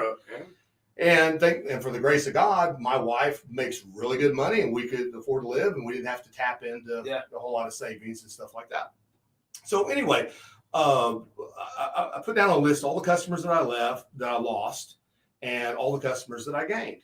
And I realized that all the customers that I lost were my low end, not low end customers, but low paying customers who were paying, $500 or less a month for video creation, maybe some reputation management and Google My Business Management, but not SEO. And then I looked over on the other column, and all the customers that I kept were all my high dollar customers. Yeah. And I said, so what are all these high dollar customers paying me for? And it was for the strategy that we had created for SEO, which is a little bit different than everyone else. So then I decided, well, you know what? I'm gonna take SEO, and I don't like calling it SEO because everyone forgets. What does it SEO. mean? I mean, for those who are out there in our viewers who have not launched or haven't really, they just barely dipped their big toe in the water with internet advertising. Mm-hmm. What does it mean? Define it for us. Okay, so SEO is real simple. It's search engine optimization. Now that's a lot of words that go across a lot of segments, right? So search engine optimization, you've got to have good reputation management. You've got to get, you've got to get a Google My Business page. You've got to get reviews. You've got to respond to those reviews. If you're not responding for it, Google will see that you're not responding. You've got to get what are called citations. That's all the pages out there that list you, all the listing sites. You've got to get that. You've got to do on-site SEO or on-site where your meta tags are right, your title tags are right. You've got structured data. You got all this stuff. You've got to have content, which is key, right? You have the content. And then you've got to have backlinks, right? There's a lot of shit in that. That's a lot of stuff in there. Yeah. So what we did is we created, the collective strategy. Let me explain what that is we are, because I don't like the word SEO, we are search optimized content creators. So what we do is we create content and then put it out there into the ether to where it can be found by Google, right? So you do a video and you put it on Facebook. Facebook will scrape videos and they'll put them out there. If you do a Google search on your business and then go over to the video tab, your Facebook videos will show up there, but none of your other posts will. Nothing else that you're saying about your business will show there. And the only way someone's going to see your video that you put on your website is if they go to your website, right? And so what you have to do is that video you put on website, because Google's not going to watch it. They don't have a bunch of guys sitting around watching videos saying, oh, this is what this is about, right? You've got to optimize that video or it does you no good. And the way you do that, there's very key ways to do it. And the way we do it is with structured data. We'll go in there and tell Google, here's a video. This is what it's called. This is what they're saying. This is when it was created. This is the creator and all that kind of stuff. And you throw it out there into the ether so that Google can see it. So we're really optimizing that content. But then our secret sauce, it's not really secret, because I'm going to tell you, right, is we created what's called the collective. So you got the collective strategy, but then you've got the collective. And the collective is a group of businesses that I've either given them free websites, right? Small landing page type websites, or I've charged them for websites, right? And all that content is now put towards cross-referenced through code on all of their websites. Like a spider web. It's like a spider. I tell people it's like an antenna farm. You have one antenna, or you can have 1,000 antennas. And if they're pushing it out there, what's going to get seen more? And the nice thing is the way that we optimize things is your site gets the authority for it, right? So we're pushing the authority to your site. Yeah. Right. So anyway, so that it really works, and it works great. And that's most of the customers that you never see the content that we create. Yeah. Right. But through reports, through analytics, we can show you, hey, this is what's happening. So what we try to do is not only increase your ranking, right, but we expand the footprint of your ranking. Yeah. So instead of you ranking in Rockwall, we want to get you ranking in Wiley. Well, how in the hell do I get ranked in Wiley when I'm in Rockwall? Well, you're not going to be on the local card. You're not going to be on that first 3 that comes up. But I can still get you to where you show up in the top on that first page. Yeah. If someone Googles roofer in Wiley. And then over time and consistency, that process you get higher and higher because we keep on putting in the content. So it sounds to me, I was going to ask you what separates you from your competition, but you just nailed it. Yeah. About your collective strategy and how you intertwine all of your clients and as one big large client, and you're actually using your own clients to promote everybody's business, which is very unique. Yeah, so I came up with the idea of the collective strategy years ago for SEO, but it originally started for Facebook, and it was about having a collective society of businesses that shared and liked each other's business posts. Right. So I would share your video on my business page, so it would be getting seen by more people. And that's kind of where the whole process is. Hey, get people in this group that are willing to promote each other. And then I said, you know what? I tried it, and people just weren't doing it themselves. Yeah, so I call said, that the whip effect.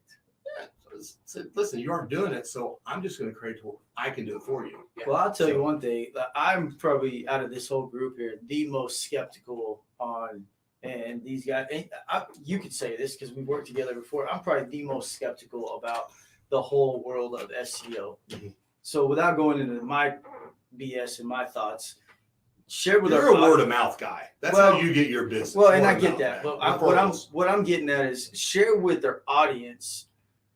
How can someone get over that hurdle? Because we know that it costs money to make money. If you're in business and you haven't figured that out yet, look, you got to figure it out, right? I'm learning it this year, and I'm cool with it, right? It was a tough lesson for the first 3. Share with the audience, how did they get over the hurdle of, number one, not knowing what the what SEO does. Right. And number 2, how do they get to a point where they're like, okay, this makes sense to me, because it's kind of like stocks. It's a long game. So what I do typically, if I'm doing a new customer engagement, I'm going to run a report for them. I'm going to show them where they are. I'm going to run this grid report that shows where they're ranking, Yeah. basically in all these cities, Mhm. right? Where it's actually being Googled from those cities, and show them here's where you are. This is the truth, and it's not my report. I use a third party system for the reports, so I'm not Biased. I'm not Yeah. biased. I'm not screwing Right. with them or anything. This is the real picture. Mhm. And if you want to change that, then here are the things that you have to do. And on that report, it'll show Hence the strategy. it will show them everything that they need to do that they can do it themselves. Yeah. Listen, here's all your title tags that were broken. Who's got time for that though? Right. Well, that's why you Yeah. hire a guy. So then you show them That's that statistics. 80-20 rule. Yeah. Right? Yeah. That 80-20 rule. If it ain't part of your 20%, Delegate. outsource, delegate, Yeah. hire somebody. But the cold hard fact is 89% of all purchases originate with a Google search. Is it that much? Yeah. It's crazy. 89%. 89% someone has Googled you or searched you. I mean, it makes Right. sense. Yeah. Think about it. Yeah. Oh, I just thought of something. Where do you go? Yeah. YouTube or Google? Yeah. Right? Yeah. Some people go on Facebook, hey, do you know a good roofer? And that's awesome business for you. Mhm. I get it. Mhm. Okay. And referrals are great. Hey, Chuck, do you know a good roofer? Yeah. Yeah. Mike Rannigan. Yeah. That's where you need to go. Need AV? Yeah. Need an I attorney? don't know a good roofer. I know Hey. a great roofer. Not your The average only roofer. roofer in Rockwall County who could fix my wonky, weird, 30-year-old fake Yeah. dormer, window to nowhere roof, where the last 3 roofers that came in, they were like, well, you just lucky you live in this part of Texas where it doesn't rain that much. That ain't Houston. That was their answer. Like, you don't live on the Gulf Coast. It'll be fine. Just turn the laundry room light on when the water starts gushing through it. Yeah. So thank you for that word of mouth. But seriously, that's what the SEO, you're absolutely right, because they do the Google hit. It's the other side of Right. referral base. And then they start checking you out. So by the time they're actually on their phone, they're at the 50. They already know more about me than I do. Right. I mean, they're like, okay, I have done this. I've read his reviews. I did ABC.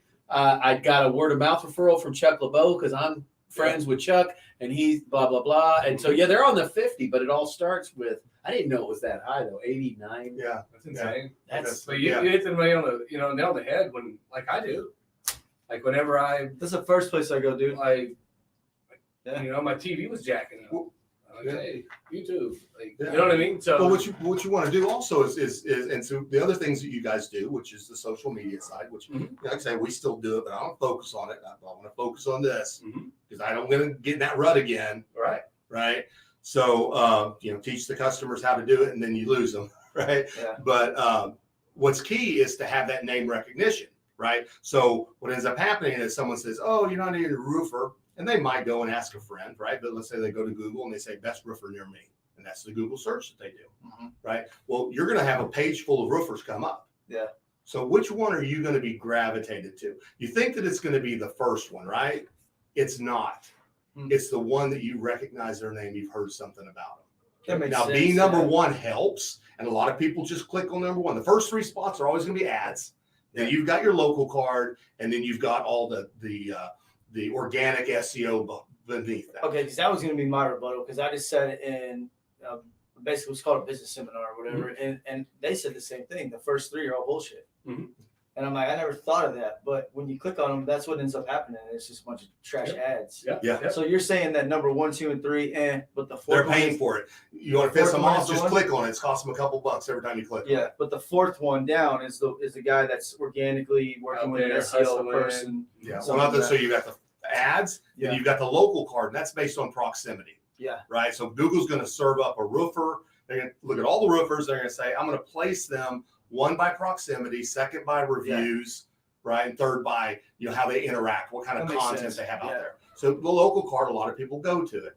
But remember, if I'm searching and I'm in Dallas, right, and I say roofer, I'm looking for a roofer, it's going to give me Dallas roofers, not Rockwall. Because it's pinging where you're at. Yeah, and even if you say roofers in Rockwall, it doesn't always pick because it doesn't know the proximity, Yeah. right? So it's just throwing them out there, nilly-willy. See, like when I hear all of this and I think about it, man, like I just It hurts my head. like, and I work in a technical field, Yeah. but I start talking about all this stuff and I'm like, boom, whatever. Like, so if you're getting new clients, the street goes 2 ways, right? Mhm. They interview you, you interview them. At what point do you feel like you're a good fit for which business? I just had a conversation with Richard Brozewicz and I said, hey, where are you a good fit? And he explained that 1 to 4 year mark, right? He's helping them audit their business, get their books together, et cetera.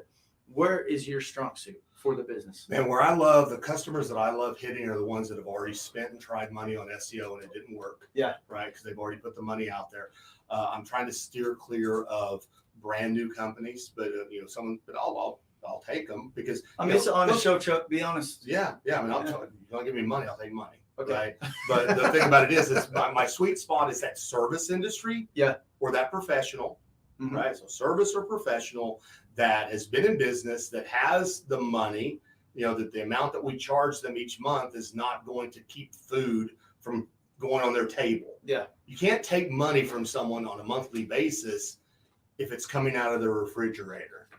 Maybe if they're a businessman, 1,000% agree. if they're a businessman, they might say, you know what, I need to put this money into my business. So maybe I don't buy the booze, right? Or maybe I don't buy the fancy car, but you can't tap into people's, money that they need to live. Right? Yeah. They got to be able to pay their bills. Yeah, but at the same token, though, like that's really not your problem as a business owner. I don't think of that, right? That's not my problem. If you're coming to me with a request for a solution, I'm going to provide you a solution. I'm going to assume they have the money at that point. Exactly, Yeah. right? So you're looking more for that. They've already thought about it. Yeah. When I'm They've already prospecting- thought about the money. They've already thought about the budget. When I prospect someone, I'm looking at them seeing that they're running Google ads. Yeah. If they're running Google ads, I'm going to say, you know how much cheaper it'd be to get those leads organically, to show up organically instead of $2, $5 click. Because I'll tell you what, if you don't think it's happening, right now you put a Google ad out there and your competitors are clicking on those ads, driving your budget. They're Really? killing your money. Sons of bitches. Yeah, and they do it. Right. Well, the reason I ask that because it's important for the audience to know like who you are, what you do, and where you're at. Because maybe some people are going, well, hey man, maybe I need Chuck. Like, am I at that point, right? Because that's why you're here, man. Is we want to let people know who you are. Because that I go back to Richard again. He felt like in year 4, that's when business kind of started making sense, right? You start getting through all the bullshit and all the stuff that's kind of like, why am I here? Why am I doing this? And I'm seeing a profit. I got an employee now. I'm seeing it. So you're in that 4 to 6 year range is kind of where you're looking. If you had to put an annual business, Probably more like 2 Okay. years. At 2 years, so a little younger. if you've made it past 2 years in business, you're probably doing some sort of SEO, right?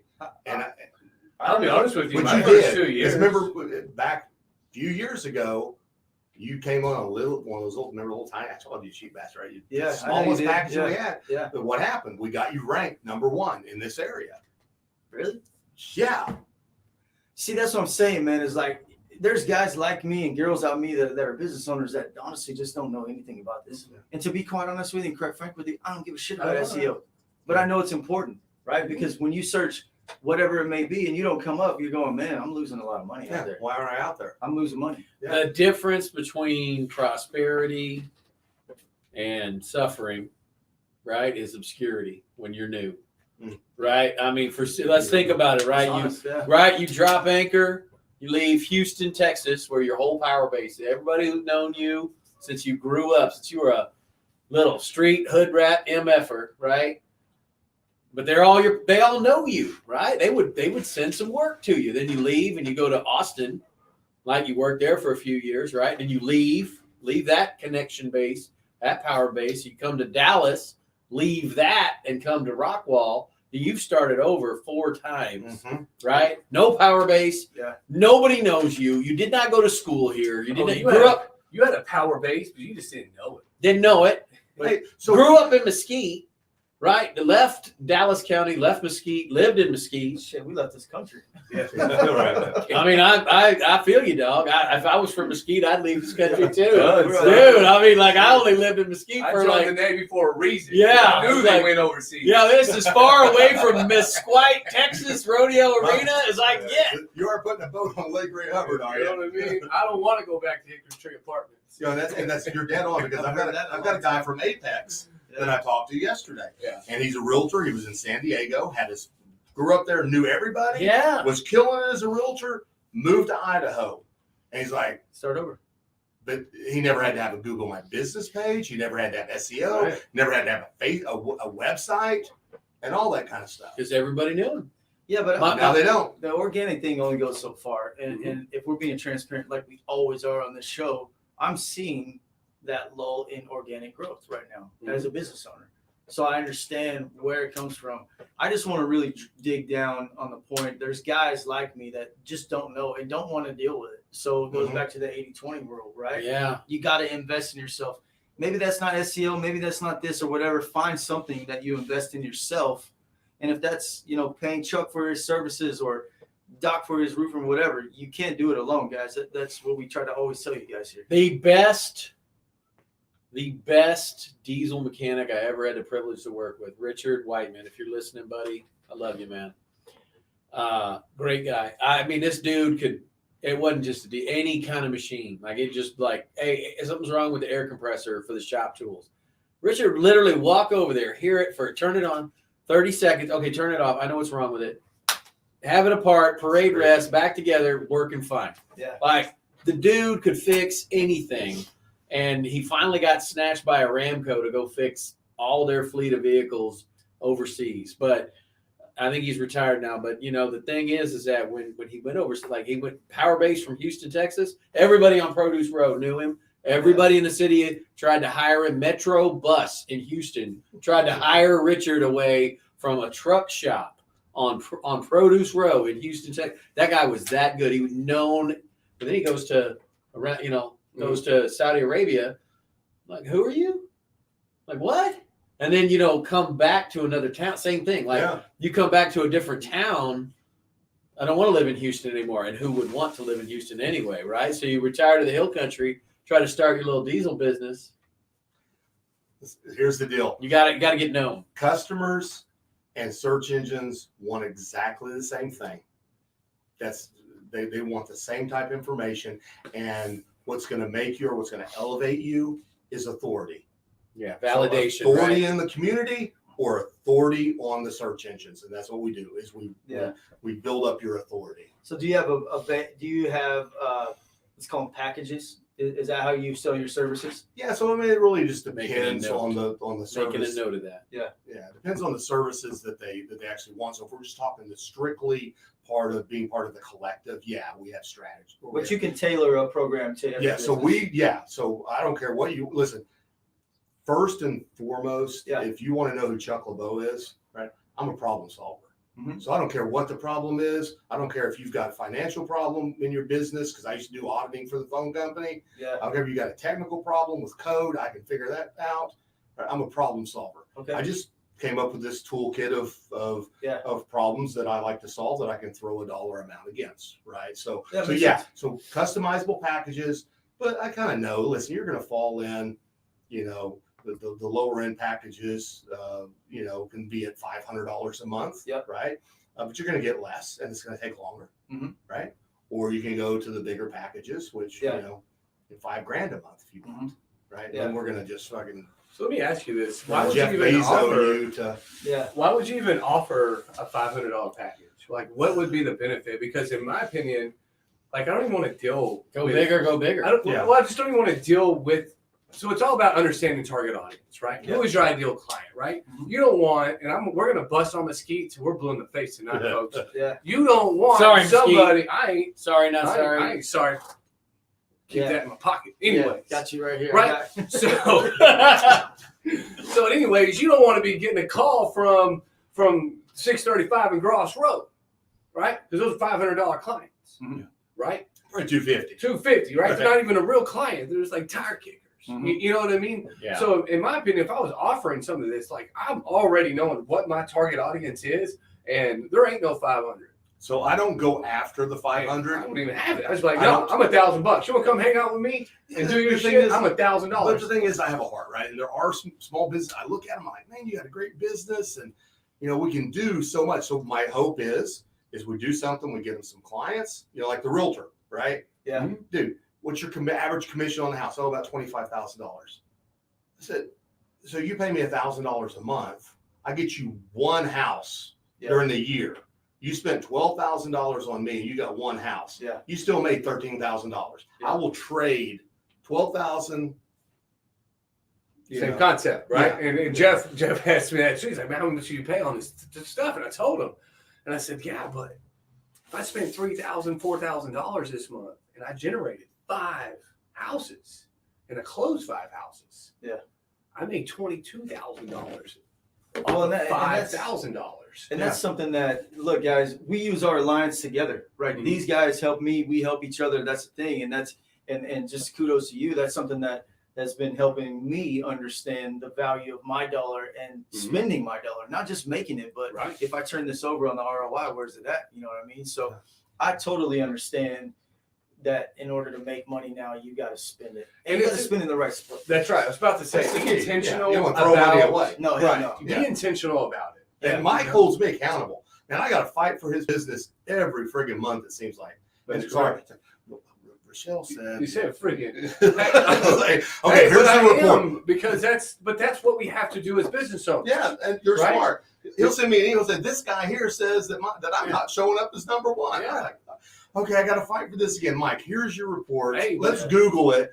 Oh, yeah, okay, yeah. But there's so much fear based, right? Yeah. Like he was saying. Yeah. You know, I've been taken to the damn cleaners by Thrive and by fucking Josh and by this knucklehead and by that guy. Yeah. And I've blown thousands of dollars with 0 results. Yeah. Right. We've all done that. No one likes You to spend know, money. and not get so a it's return. like, okay, I'm going back into this damn pond, which is actually an ocean, and I have no idea because I'm on a raft, and I know Chuck. And so I'll be real honest, I chose Chuck because I know where he lives. Yeah. I can Yeah. drive to his house, Yeah. and I can SEO his ass. I'm like, listen, Right. And that's I will you know, Google you. But, and that goes back to saying, like, knowing your audience, knowing where you live, knowing the people you do business with, because that is the case. If you, Well, and that's I want to sit in a room with someone like Chuck and say, hey, we live in the same town. You're not doing me right, or you are doing me right. Like, you want to Yeah. have those tough conversations. If you get a VA that's across the world, they don't care.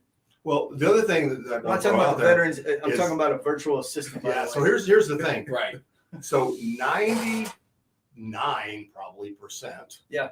of all individual SEO companies like mine, not the big ones that just show you what to do, right? Because that's what they do. There's all these companies out there. You need to do this, but then you got to do it yourself. But all these independent guys out there that do it, the ones that I've met anyway, 99% of them farm that crap out to India. Mhm. I do it. Yeah. I do it, right? I might farm out some content because I don't want to write something, Mhm. right? Like on Fever or something like that. Yeah, just whatever, you know. Okay, Mike, you know, let's write some content on, you know, the different pitches or whatever, Yeah. right? Because all we're looking for is content for Google to say, hey, this is good reading, right? And really, the secret is to write your content in a manner to where it's answering questions that are based like frequently asked questions. So a long tail keyword is what it's called.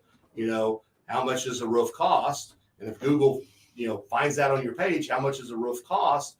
When someone Googles that, they're going to say, oh, here's Mike. He's going to tell you. He's going to give you the answer. Because that's what Google's all about, is answers. Google is not there to sell your product, to get you any business. They want it answered. So how much does the roof cost? Oh, the roof could cost the difference between this and this. Yo, Chuck just dropped a massive bomb right there. Like my mind just was blown, right? Because I looked at Google the wrong way. I'm looking for something to buy, but based on the question, that's how I'm looking for the purchase, right? Yeah. How much does a roof cost? So if you're out there and you're writing content, base your content on how you're serving your client. Yeah. Right. What is your clientele? Right. So the 3 questions we have today should be our content. What does my ideal client look like? What separates me from competition, so on and so forth. When we're out there writing our blogs and our content, I didn't realize Google was looking how much does a roof cost, and I'm just out here writing about how much is the value, the ad, the cost of a roof, and everything else. Some people just want to rank for that keyword and pull your website up. Right. What Google wants to do, if you structure it right, structure data, they'll pull that snippet up. According to Doc's Roofing, right? Verified. Doc's Roofing says this: a typical roof is going to cost this per square. That's a wider web of connections. Yeah. And then they're going to click on it. Now you're the authoritative. Now you're credible. Now you're instantly become the credible company out there, the expert. So that's huge. That's probably the biggest piece of. That was a freaking huge gold nugget. It kind of changes your mindset on how you write content. Yeah. Because when you break it down like that, that's exactly what it is. Because when you go search something in Google, what are you doing? You're asking the daggone. You know what the best content is? Wow. The best content is to create a frequently asked questions page. Ask all the questions that you think that so you go in and you Google all of the long tail keywords associated with your business. For roofer, what are people searching for, right? Or for auto mechanic, or for lawyer, or for whatever. And you create long tail keywords and make that your question, and then you write content against that to where when they click that link, it goes there. Now, people are saying, damn, Chuck, you just gave away a lot of your secret sauce. No, because then we added that to the collective. Yeah, you do so much more with it. So it's more people. But Well, the odds of me doing that shit are slim and none. So I'd rather have a company be like, hey, I need you to, you know what I mean? Hey, Casey, these are your long tail keywords for your type of business. Yeah. And here's the package that we recommend that we stair step you into because, it's like anything else. I mean, this is the biggest takeaway that I've heard. It's effort, consistent over time. Like you want results at the gym. What is, if you want results in your business. Martin Luther King Day, right? And it clears out. Right. Like, so January 1, I got my New Year's resolution. It's only one goal, right? It's only one goal. And for 3 goddamn weeks, I'm going to the gym every day. And then it's, I'm earning it. You got that first 3-day weekend in January, man. You're like, dang. And then, so the thing is SEO is the same way. So you can do your SEO. So when you work out, you get in shape, you stop working out, you're like Chuck. Don't be like Chuck. Anyway, so I'm older than these guys. But so SEO. Are you even 50 yet? Not even 50. Yeah, no, I got you. Bullshit. Call down. Your beard's 63. Yeah, hey man, I look pretty good for 84. Came out right there. But same thing. So with SEO, when you quit it, it's going to last for a while, but then it's going to end up going away. Yeah, because it's like a garden. You It's water. live. Google's saying feed me. It is a live entity. It is its own engine. Like, you know what I mean? The word engine is in the freaking acronym, right? So if you stop putting fuel in the engine going to die. Yeah. I mean, they don't call it an engine for nothing, right? You got to keep gassing it up. Well, man, I know I can sit here all night and chatting it up with you, gents. It's 7:30. We've been running this thing since about 5 o'clock. I want to thank you, Chuck, for coming out here, talking to us about it, dropping some great information about the collective strategy, helping me. Sounds like Jeff and KC better understand. Yeah, I'm taking notes. I'm taking notes. It's all that back office. I'm gonna throw them in that back I'm gonna throw them in the comments. That you're really honed in on for us, and so we appreciate that. So, if the audience, how can they get a hold of you? Let us It know. was real simple. The collectivestrategy.com. You got to put the in there, right? The same thing for Facebook. My telephone number is 972-897-0276. And I'll tell you what, for the first 5 people, if you guys want to reach out to me, you go to to my website, fill out the content form. I'll create, we'll do a user-generated content video where you guys can shoot a video using our software. Send it over to me. I'll edit it a little bit, right? And then I'll write you the structured data code that goes with that so that you guys can just put it on your own website and it's going to help you out. But you got to mention that you heard it on the Patriot. You got it, Business yeah, Line. it's got to be on the Patriot. And, but yeah, so the first 5 people to do that, no cost. No, Cool. no So we'll obligation. type that up, put it underneath inside the comments, man. That's huge. Always Picture Business Science, always giving value, always giving back Thank you, to Chuck. our audience. We appreciate that, Chuck. Thank you. We like to end this thing with any saved rounds. I just want to say thank you for investing in us as the Patriot Business Alliance on the ground level. We have some extremely big goals in this room, and for you to be a part of that on the ground level means a lot. So thank you, and we're looking forward to you on August 14th. August Being 14th. here with us on the $1 Million Hustle. That's my save round, is to say thank you for investing in us. Yeah. Appreciate that. Casey. Man, that's it. Thank you, Chuck. Oh, appreciate it. Thank you. And I appreciate everything you've done. Bringing a lot of extremely valuable information that, look, folks, this is what it's all about, right? And if you think this is a teaser to what we're doing on August 14th, so be here. Be here or don't be here. This is your world. We're just here trying to live. Hey, Yeah. we said You know what I'm this, saying? we said this Like- when we first brought it up. Yeah. Don't be the one we got to say, Yeah. I told you so. Yeah, Yeah. that's it. Yeah, man. just, and so my save round, right? Yeah. You guys just chalk me in as a sponsor for you guys. Get a commitment to do these things at least once a quarter. I'll be a standing sponsor for Roger it. that. Oh, damn. And that's recorded. That's live. That's in the universe. That's Ruben, did you hear that? There you go. Back no more. That's on Siri. Facebook and YouTube. Yeah, So I mean, forever it's- now. Yeah. In it. We're going to So- collective But link you know that. I what? appreciate But you it. know what? It's not optimized, so no one will find that. Yeah. It will be now because you already told me if I sign up, you're going to freaking meta tag it, man. Yeah. So hey, check it out. We met with We're closing out tonight. Appreciate you guys being here. Thanks for following us. This is probably one of the longest lives we did, but Yeah, we wanted yeah. to bring this to the Alliance and everybody as just strictly focused on the sponsors who are investing. You got something? Did we throw some love to our other? I'm gonna go visit. Doc and I are gonna set some personal ones up with these guys, but Damn, we'll you just let it out. really, really quickly. Reliable Auto Detailing. My man Tyler Goodwin. He was grinding away. He couldn't be here. He's one of our silver sponsors. No, actually gold sponsor. Gold. Excuse me, gold sponsor. He does all of your home and your auto detailing. He can take care of anything. So look him up. Take a look at him.